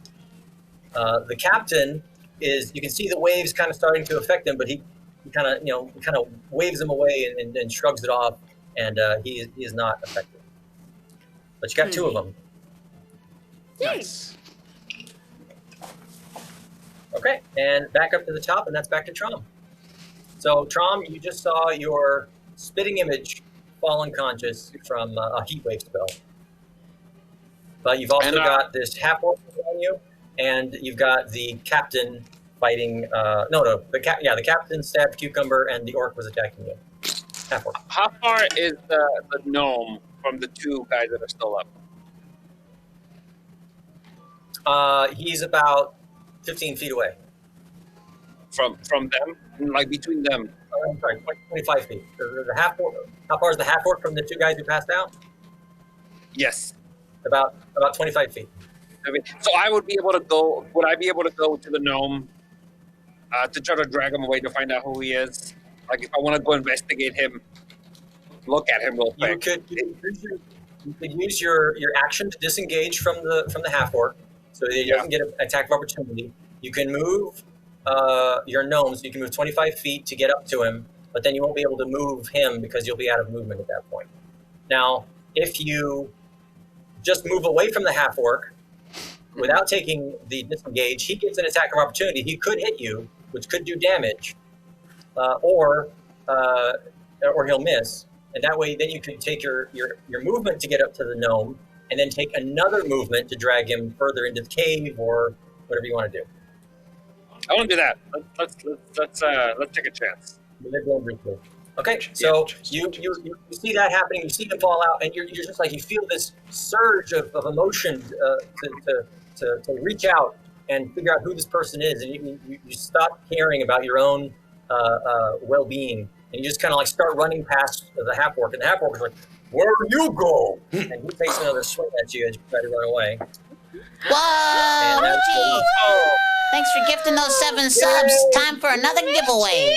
Everybody get active in the chat. We've already given one away. Get active in the chat. Oh my gosh, how exciting! Only caveat, if you already won, you're not going to win 2 tonight. So, just saying. Yeah. That is so great. Thank you so much, Oh my gosh, Michi. Michi. Thank you, Michi. Everybody, Hard nap. chat. Take a chance on me. Chat. Is that what rhymes? Chat, chat, chat, chat, chat, chat, chat, chat. Oh, it's so nice that it's not zooming. We're probably all very close to being in sync with each other. Probably. VMix. Valen says, good song, good song. Tigeron is looking for a sub song. I think it's time for a sub song. Is it alright if we interrupt real quick for a sub song? Go for it. Thank you very much. Well, thank you for... Damn it, thank you for the sub. Thank you for the sub.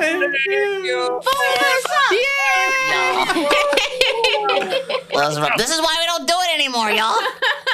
You have to do it. Because not being in the same room makes it more difficult. More difficult indeed. You know what? But thanks for resurrecting it. It was, For it was the good. sub. For the sub. 10 more subs, another giveaway. Wait, who won? Did we give it away? Ryan. We did. Hey! Michi! Michi won the giveaway. Congratulations, Michi. You're gonna. Look what you woke up for. You just won a deck of better backstories. Nice. So that makes we have 2 winners so far. We still have more decks to give away. So, yeah. Stay active, guys. We are here. We are here. We are here. All right, back to the violence. Back to the violence. Mother, All right. brave violence. He rolled a 13. Is that it? I think that's all. What was it? That was the end of his turn. Chunky done? Oh, No. Chunk was running past the half-orc, and the half-orc swung at him, and it was a 13 to hit. Does he hit you? Oh no, 14. 14. Again, just misses. Wham! And you don't even really, it wasn't even on purpose. You were just kind of like so focused on getting up to your brother. You charge up the hill, you get to this guy, and you kind of roll him over for a second. And again, it's like looking in a mirror, except for that scar. Where are you going to drag him? Further into the cave or back down the hill? Back away towards where we came from. Back down the hill towards the half-orc? No, Or back into the cave? Yeah, get to the cave, away from everything. That was a moment of good call. hold So, Wait. you kind of start jumping back. Well, everybody else, you see Trom run up the hill, barely avoid getting whacked by the half-orc, and he runs up there and he starts dragging the other gnome who's asleep deeper into the cave, into the darkness, and you kind of lose sight of him over the hill. Next is Vanya. Wait, can I? So we've got an orc that's still a half orc that's still fighting. Yes. We've got And 2. the pirate just stabbed Barbok, and he collapsed. What? Oh, you're down. Yes. Oh, okay. Yeah, and he's But right he's next to not- you. You were in the middle of He's reloading not your crossbow, and you were kind of like, you know what? I really got to design this thing better. And then you kind of looked up and you realized that Barbok is laying, at your feet, and the guy is like pulling his sword out of his gut. He's just like, yeah. He's really confident. Oh, so I'm close to him. I fire. You're about 5 feet away. You can shoot him again, or whatever you want to do. Or do you have a healing spell? Maybe you want to try and help Barbok. I don't have a healing spell. I can talk to animals. Violence. You didn't have any heal spell? I don't know. She's got... Oh, you got healing word. I've got healing word. Very good. Yay! Okay, so it's a ranged spell. You can kind of just shout out, be healed, and give them a little bit of healing. Get up. Get up. Come on. We don't have time for this. So cast? How much does it heal? It just automatically works, but how much does it heal? Click the spell. There you go. And... Hold on, wait. There you go, 6. 6. Okay, so you got 6 points of healing, Barbach. Woohoo!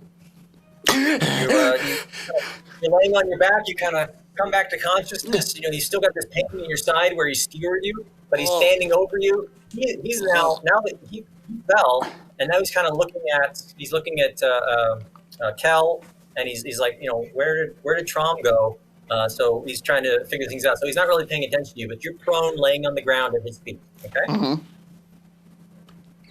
Fanya, do you want to stay where you are? You're about 5 feet, about 10 feet away. You're not next to him. You're about a couple feet away.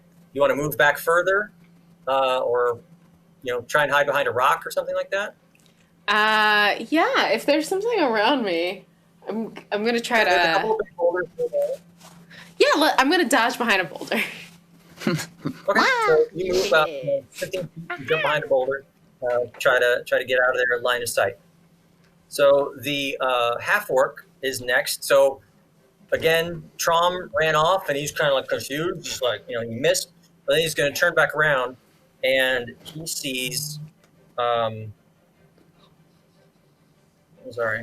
Tamara, and he's going to charge over to you Tamara? and take a swing. Tamara, sorry. Oh no! Oh no! Oh no! That's a 13 to hit. Yeah, that is. Hits, okay. Trying to remember the damage. Hold on. Oh no!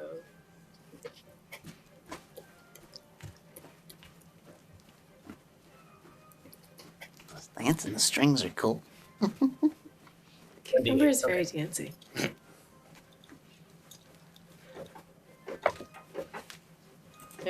Timber's just like, no. 7 everybody points damage? sleep. Oh no, I'm down.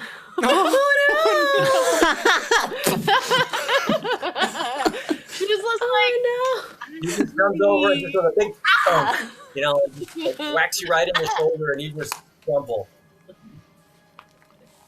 Now, is your sleep spell concentration, or it just lasts for a certain period of time? it just says a minute. So, Okay, so that's- just says a minute. It just, So that's just how still long it in lasts. effect. That's good. Those two, the human and the gnome, are still unconscious unless somebody wakes them up. Okay, so the captain, again, he's kind of looking around for the next person that he can deal with. He sees Kel as the next closest threat, so he's going to step over and stab at you with his rapier. That is 17 to hit. Oh, yes, just. Okay. When did Kel turn into Randy Savage? He's just on your mind. Oh, Yes. Happy birthday, Randy Happy Savage. birthday. 5 points damage So- to you, Kel. Still standing. Yeah. Okay, so Barbach, for him to get over to Kel, he kind of stepped over and away from you. Mm-hmm. So you actually get an opportunity, but because you're prone on the ground, it would be with disadvantage. Worth You can it. take like a quick step. Yeah, I'm gonna point break this guy. Just whoop. From the ground. So disadvantage, I'll go. All right, first Yep, one go ahead, is, being attacked. so that's 11, and the other one is, all right, so 11 to hit. 11. Okay, so yeah, you fire and it just misses him. Dang it. Nice try. Okay, Kel, it is your turn. Right. I drop my javelin, pick out my maul, Okay. and I swing at the pirate man. Oh, yes, very good. 14 to hit. Just misses. Oh, He just barely dodges out of the way. He's kind of nimble. He's got pretty good armor on too. stop moving so fast. I told you to leave. You will die for this. All right, Barbach. Now it's your actual turn. Hooray. I'm gonna get up and shoot him again. Okay. So standing up, that's half your movement. Yep. And you're going to shoot at the pirate again. Go ahead. Yeah. You whip. This pirate is resilient. 12? 12. No. I'm gonna start switching to magic. Come over his shoulder, and then just past you. So you're like, what's going on? I put the crossbow back on my belt. All right, I'm gonna roll up my sleeves for the next turn. Any movement? You've got 15 feet of movement left. Yeah, I'm gonna get up right behind him. Right behind him. Okay, so now you guys are flanking him. So any future attacks will be with advantage. All right, Temra. So you've got this half orc right on, or you're unconscious. So give me a death save. Yeah. 11. 11. That's Got a positive one. That's fine. Okay.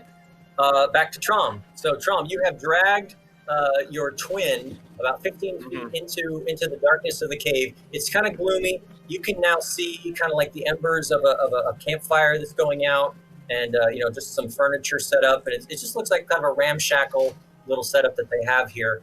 But you can't really see it all that well. You have this guy at your feet who's unconscious, but he looks just like you. What do you want to do?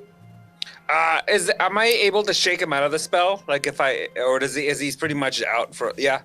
I like to take him and shake him.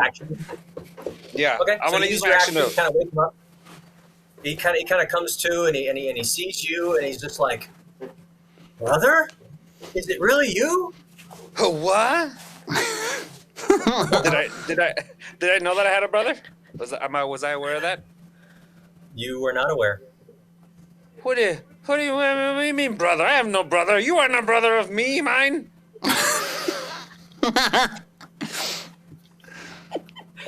Me, mine? Mole. I'm awkward.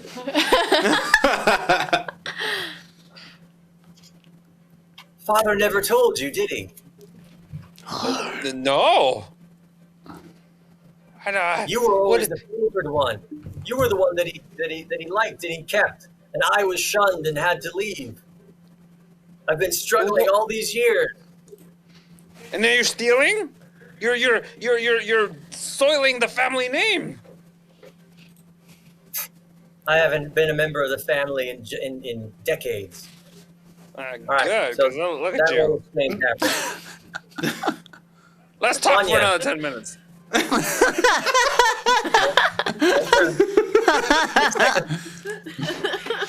right, Funya, you don't hear any of that. You see that the pirate has started kind of stabbing at Kel, the half orc, knocked the crap out of Temra. They're both. You see that not Trom. Barbach is back up and he's helping Kel with the pirate guy. You're about 10 feet away from the half orc. You're about 5 feet away from the pirate and your friends. What do you want to do? You have healing word still. You could hit Temra with a healing word and wake her back up, or you can move over there and try and attack the half orc or shoot it. I think she burned up her one spell slot. Do I have two? Do you? Is that a thing? I don't know. Go check. I don't know. Go to spells. Help? Go Level down. 1 is so tough. Oh no, you got one more. You're good. You're good. You're good. Okay, I'm gonna do one more healing word. Yeah, she's got two. Let's try for the healing word. So so roll for the heal points. Excellent. Oh, not great. 4. Okay. So Temra, it's 4 healing points back to you. Shut up! Yay! I'm awake. And again, this warmth kind of passes over you. You kind of come to, and you see that the half orc, is kind of got the club in his hand. And he's kind of looking around for his next target. But you're laying on you're on the ground at his feet, and he kind of stinks. She's gonna. Just bide your time. Yep. Can No, I? I'm just laying perfectly still. I'm just waiting. Don't hit me again. He does not notice, and he is going to go over to Barbach and try to hit you. Ah, 13 to hit. yep. Sorry, buddy. Oh, I rolled a 1. 4 points damage. Woo. Still standing.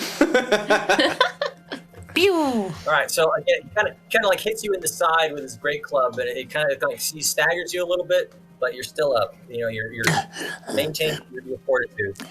The captain is going to take another stab at Captain. Actually, can I hellish rebuke him? You can. Yes. Noise. So they have to make a dex saving throw. Yes. What's okay?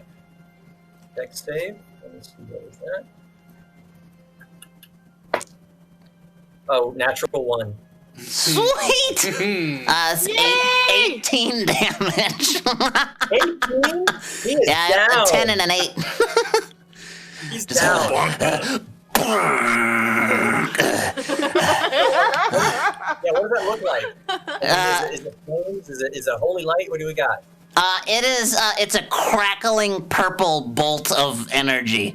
That's like the thing that's been passed down from generation to generation. It's what's led to our moniker and our costume. And like we don't like to use it unless we absolutely must. So it's like I try to like get better with weapons, but I suck at crossbows. So I'm just gonna like, fine, you know what? And you just like eyes pop and on the floor. Oh, that's violent. Yeah, Yeah. it's a feature. All right.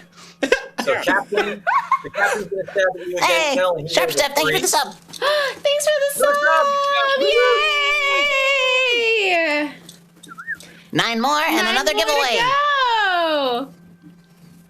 You gotta keep those subs coming if you want those free giveaways. I'm giving All 2 right, away Kel, so far.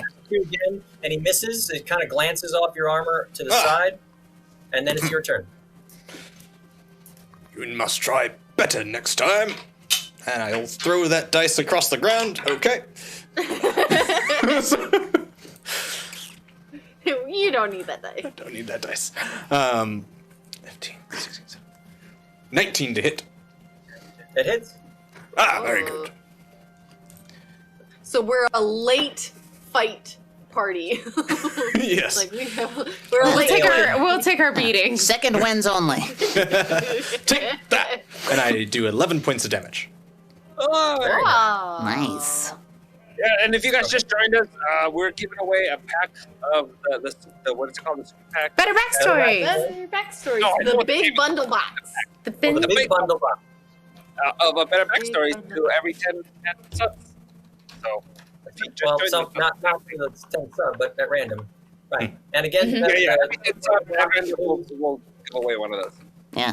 Chunk, you're starting to sound like you're a little bit underwater. The first 2 Yeah. boosters. This is a Kickstarter exclusive, and it'll be in the mail tomorrow morning, or anywhere in the world. Yeah, so make sure you send us a whisper so we can get your address and forward that as quickly as possible. That's right.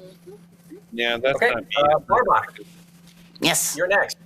So you were flanking the pirate with Kel, and Kel, whacked at him and did some damage with his maul. So he's kind of like, and you can attack him with advantage with a weapon, or if you're going to use a spell or something like that. I'm gonna Eldritch Blast. Nice. Who did you purple shoot earlier? That was a The half orc. orc. The The halfway. half orc. Half orc. All right, so that's 15.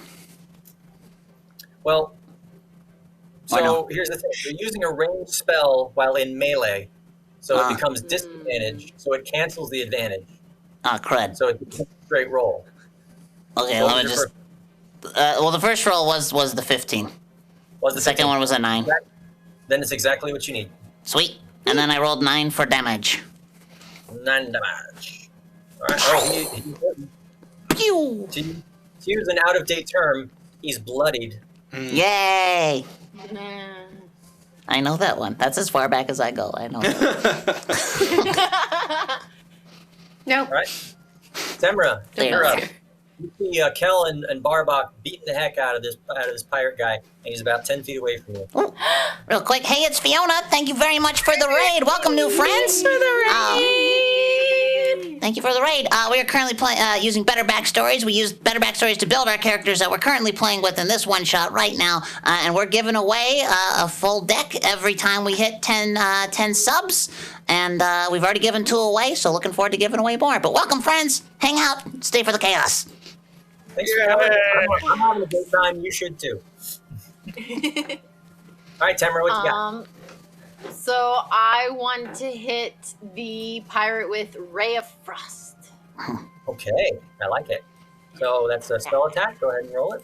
It is a ranged spell attack. But since Okay. I'm 10 feet from it, should be okay. Should be good. Let's see. Ooh. 13 to hit? Just misses. So as you guys are kind of whacking on him, this cold beam of energy lances right between the back of his head and you, Barbach. I mean, just like, phew, and you just like, you kind of glance over at Temra, and you're like, what the hell? Sorry, I'm trying. I just got... And Bartok in your pouch is kind of like, nice job. Like, did I ask you? Murder him again! Helping? All right, back up to Trom. So you're in the cave again with your your long lost twin brother, who was apparently exiled from the family for unknown reasons, and has turned to banditry to try to survive on his own. If you're really my brother, then let me help you. Let's return what you stole, and I'll help you get back up on your feet. You don't have to do this anymore. Give me a persuasion check. And well, That's very good. He kind of listens to you, and he's just kind of looks back at the shack, and he sees his other compatriot, the other guy who's asleep, and he hears the fighting happening out there, and he's like, I am so tired. And would you really welcome me back into the family, brother? yeah, you know what? We were shunned a little bit, so I know what it feels like to not be wanted.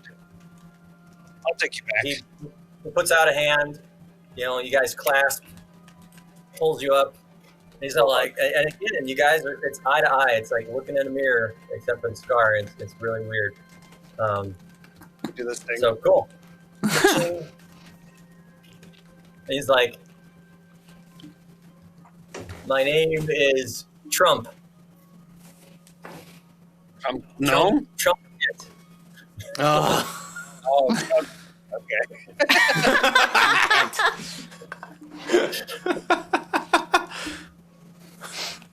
All right. Next is Fanya. Back to you. So again, it's you pretty much just got this pirate guy that everybody's wailing on. Both Barbach and Kel are like right next to him. You and Temra are a little bit distant. What do you want to do? And you're behind he's the pirates are only one standing now, right? Are only villains standing, or adversary? Okay, I'm gonna pop out from behind the rock and fire my crossbow at him. Okay, go for it. Yes. Be like, I got this. And then this one. Yes. This. Yeah. All right. That one to see if it hits. You were just hanging out. It's a 6. 6 Just plus boogie 3, 9. 9 to hit. No, I don't got this. It falls a little short and lands right at his feet. I don't got this. Do you want to stay? You want to stay behind the rock? Do you want to try and hide, or do you want to move up closer, or do something else? I'm gonna move up closer. You realize you haven't seen Trom in a while. You know Trom ran up into the mouth of the cave, and you haven't seen him since. So you're a little worried about him. You're kind of distracted. Got it. Trom.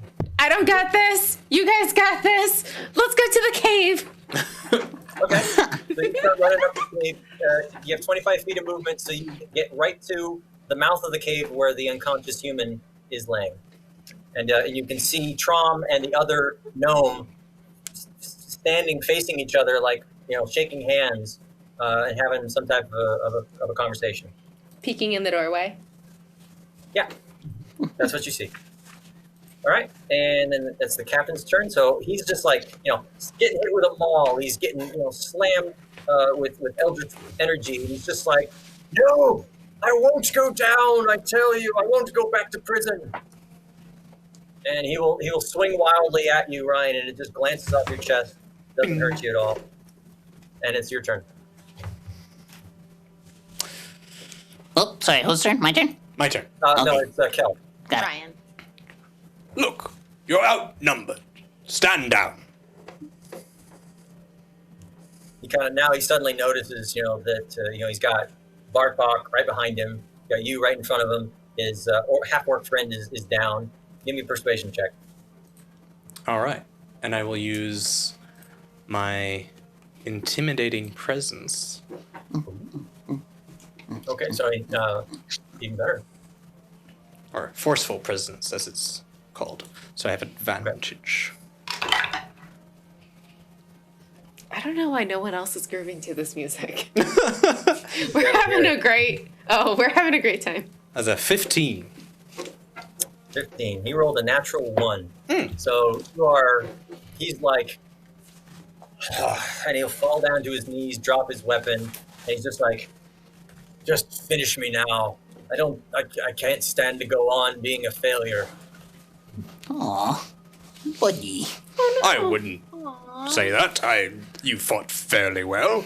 But I don't have it in me to kill someone who's unarmed. Sorry.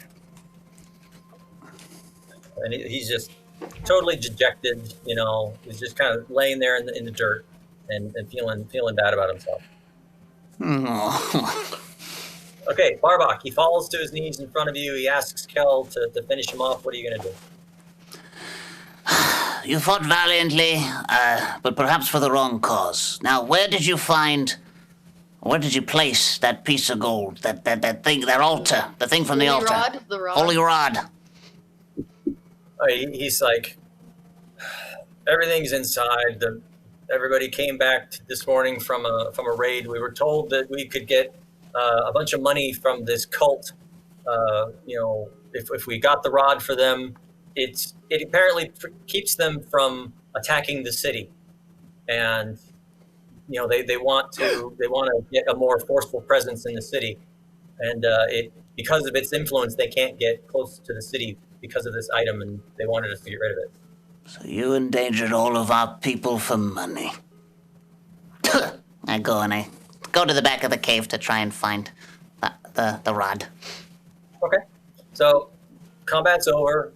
You go up there. Now you do have that one other human that's unconscious, and another couple seconds he's going to start to come to.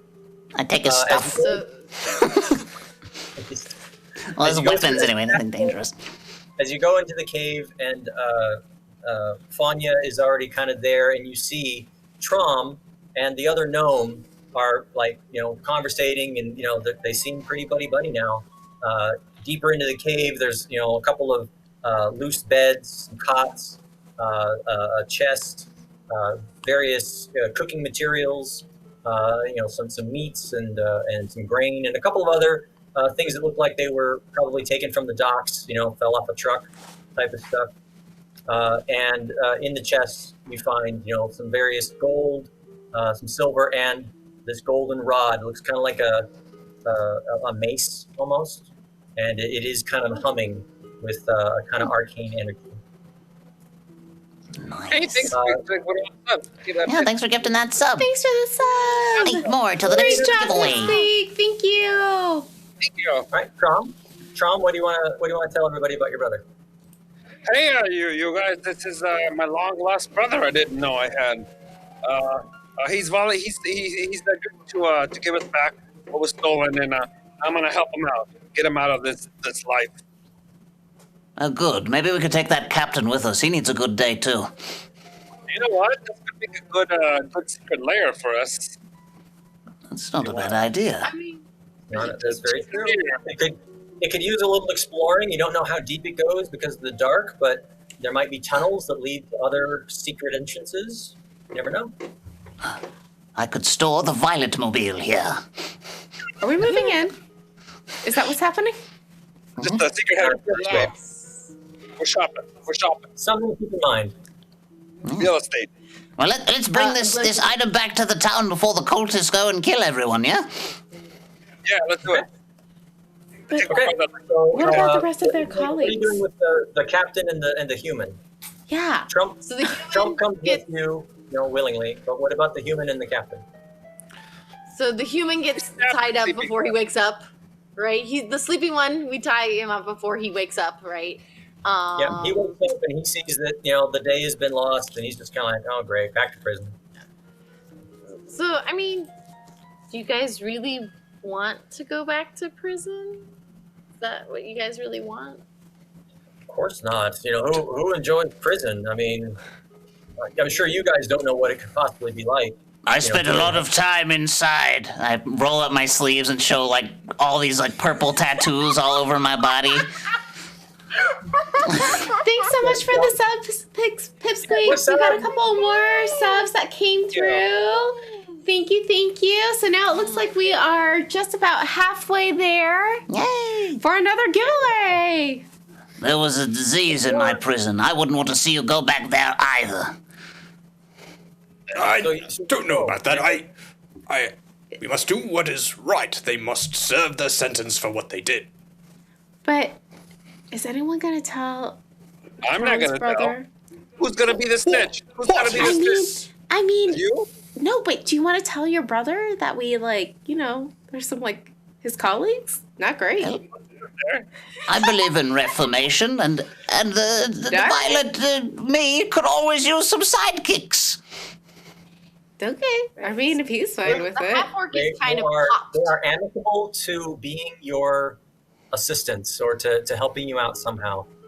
Yeah. Lovely. If you guys, make sure that they are taken care of, that they've got good living conditions, and they're well clothed, and they get a small allowance.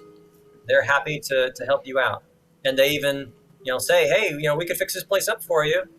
If you hide out. Be Yes. the Snow White to our seven dwarves. Yes. We could always use some people to walk into caves for us first. Yes. All right. All right. Okay. So, yeah, they are amicable to that. So you proceed back to town, with your brother and your two new servants, so to speak, Buddies. your buddies. You get back to the temple, and again, the priest there is just now talking to a member of the Crimson Truth who is wearing a crimson mantle on her shoulders. She has long white hair, and she looks very serious, kind of like Tilda Swinton. Nice. Very, very, very serious-looking woman with a large, long sword at her side, and she's just kind of listening to the priest and like, four men. They took something from you. And you guys walk up with the rod in hand, and the priest immediately sees it, and he's like, oh my goodness, you found it! Oh, thank goodness! And he rushes up and takes it from you and, races it back inside. He goes, oh, you don't know what this means to us. It's the protector of the city. And, Tilda is just kind of like, well, that just happened. and she kind of looks at all of you, and she's like, who are you? What happened here? I am the purple that plops in the night. No, these are my friends. We just came to help. Yeah. We found the holy rod for you guys, and things are better now. We'll go on our next adventure now. Bye. She says, I do appreciate your expedience in this matter. I was busy with another issue down by the docks, and have only just now been able to address it. And I am aware of the significance of the rod and how it keeps the werewolves away. So thank you for recovering it. Was there a reward? The of some what? sort? The what? They keep the what away? The werewolves. werewolves? Yes. Yes, there's a well-known werewolf cult in the area, and they want to get into the city, but the holy elements of the relic keeps them from coming within too close to the city. So thank you for retrieving it. She said she thinks she can get the priest to cough up maybe 50 or 60 gold for your trouble. Lovely. Yes. And also, while you're at it, throw in a accommodation for your Aarakocra. She was very instrumental in starting off. The puffin woman. The puffin woman. Yes. I totally forgot. Where? Cora was supposed to be with you the whole time. Hey, what's going? Thank you for gifting that sub. Oh, yay! Two people, one spot. Halfway there. Only One 5 more. more. Yeah. All right, so Quir is she got lost on the way there. She kind of lost track of you guys. She stopped to check on a flower and lost track of you. So she eventually came back to town, and she comes out of the abbey once the priest has gone inside with the rod. She comes out and sees all of you, and she goes, "You found it! Thank you so much. I'm so grateful for your support. The priest gave me this 60 gold to give you." As thanks, and please, if you ever need healing or any type of holy support, please, yes, please. we need all of it. We'll leave you all inside, where the priest will cast a mass cure wounds for everyone, bring you back up to 4 hit points, and then you all hear this music. Dun, dun, dun, dun, dun, dun, dun, dun, dun. Wow. And there's Yeah. Hey. Yay! Hooray! Yay! Oh, that was so much fun! you. So cute. Now, once again, Quir is one of my NPCs of the week, which I put out every week on Better Backstories on Facebook, Twitter, and Instagram. The pictures are done by Blas Barros. I come up with a full stat sheet and a whole backstory, powered by Better Backstories with actual hooks. And this was one of the hooks that I use for this story, which is: the party is attacked by Quir in broad daylight. She believes one of them to be bandits that stole a holy relic from her abbey because one member closely resembles the description she was given. She then asks for their help in tracking down and infiltrating the bandits to recover the relic. And then I added more details, like I said the pirate had a lot of rings and jewels and such, because I pulled a wealthy card. I said that the orc looked like something, or it looked very well put together. I said, because that was from a fable, he looked like something from a fairy tale. And then even the birthmark on the guard was right there. So yeah, it's just that simple for Better Backstories to add a little bit more dimension and add more character to your characters. Yeah! That was so cool! Thank you. Yay! So fleshed out. Very, very well done, Jay. Thank you. Thank you. Thank you so much. I had a great time. Yeah. Since we got about halfway to the thing, do we want to do another giveaway just to say it before we finish? Might as well. All right. Sounds good. You guys tried. I got thousands of these decks to give away, so let's do another giveaway, even with only 5 subs. So let's do this. Hey, everyone get active in the chat. Yay! Get active in that chat. Ooh. While they're doing that, Elaki has a great question. Has anyone you know ever tried to use Better Backstories to draft characters? Like players sit in a circle, each have 10 cards, they select one, pass the rest to the left, and so on until everyone has their cards that way. That's a wonderful way to do it. Again, I encourage people to use the cards in whatever way makes sense to them. The instructions have kind of that we used here by playing a certain number of cards and just kind of trying to piece the story together from the suggestions that are given. But I encourage people to use them however they want. So a round robin type of thing, or even a white, I think it's called the white elephant, where it's like you get a gift and somebody else can say, oh, I want that. So That'd be cool. Like an endowment game? That'd be fun. Yeah. And again, it's used with any role-playing game or any type of writing, or even just in a school environment, learning and improvisation. Yeah, I highly recommend. There are a couple other questions in there as well. They got, Westgate asks, is Jay still doing the Kickstarter? No, I think she finished it, but you can buy your own decks on the website, which the links are in the chat. And That's right. there was another one. Oh, Garamon the Grouch says, see you again at Gen Con. Well, I've never been to Gen Con, but I'd love to be there one day and hopefully bring Better Backstories with me. Well, there you go. Yes. All right, I'm going to roll it. Do we have a winner? Rolling. No, not that. No, not Nightbot. Get out of here, Ryan. No, Nightbot. Roll again. It's No good. Nightbot. Nightbot's Silly not a Nightbot. What do you got? person. Nightbot doesn't count. Balance says, will the Felted Friends be at Gen Con? The better question is, will Gen Con be at Gen Con this year? We want to go. We'd love to be there. Very nice to rub. You guys would love Gen Con. I know. My head would explode. Trust me. I've been wanting to go for a very long time. I don't know why it didn't show up the second time, but Videogoth won. Videogoth, congratulations! You won! Yay! The bot broke, but you're the winner.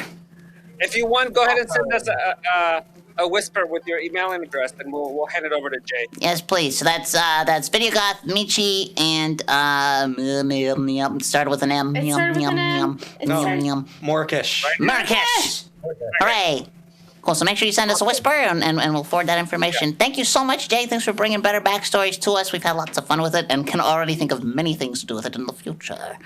Yeah. Thank you so much. I really appreciate it. And tell your friends, if you have anybody who's creative, whether it's role playing or writing or even songwriting or poetry, Better Backstories can help by sparking your imagination. Hooray! Shall we raid, Mr. Ryan? Sure. All right, so we're going to find somebody to raid because we always like to pay the love forward. Thank you, everyone, for hanging out, for watching, for enjoying. Don't forget to visit the website and all that good stuff. Any final questions from the chat? Where are you? Come on, guys, speak up. Speak up. You know you want to ask? How do I whisper? Panic. Videogoth at the bottom. There's a little, it looks like a little speech bubble caption thing. You're going to tap that and then send it to us at Perception Studio. Or you guys could Or always. if you really have trouble, just go to Instagram and send us a message on Instagram. Yeah, that works too. Or on Discord or Facebook, just contact us some way. Yeah. Yar. Yeah, because we want to get this to you. Yar. Yeah. We really do. Like I said, the sooner we get in touch, you guys, I'll probably give my email address to the team to send it to the three people, and then they can mail me directly their mailing addresses, and I'll be able to give you a tracking number, and I can put it in the mail tomorrow morning. So as soon as I get your mailing address and your email, we can do that for you. Put your email in there. Yep. Address, email. Sweet. Ryan, who we got? We are rating Penny for a Tale. Penny for a Tale. Yay! We just did Rest in Pieces with them not too long ago. Great game, lots of fun. Nice folks. Nice people. So give them All lots right, of love. friends. All right. Thanks for Okey-doke. joining Next us. time.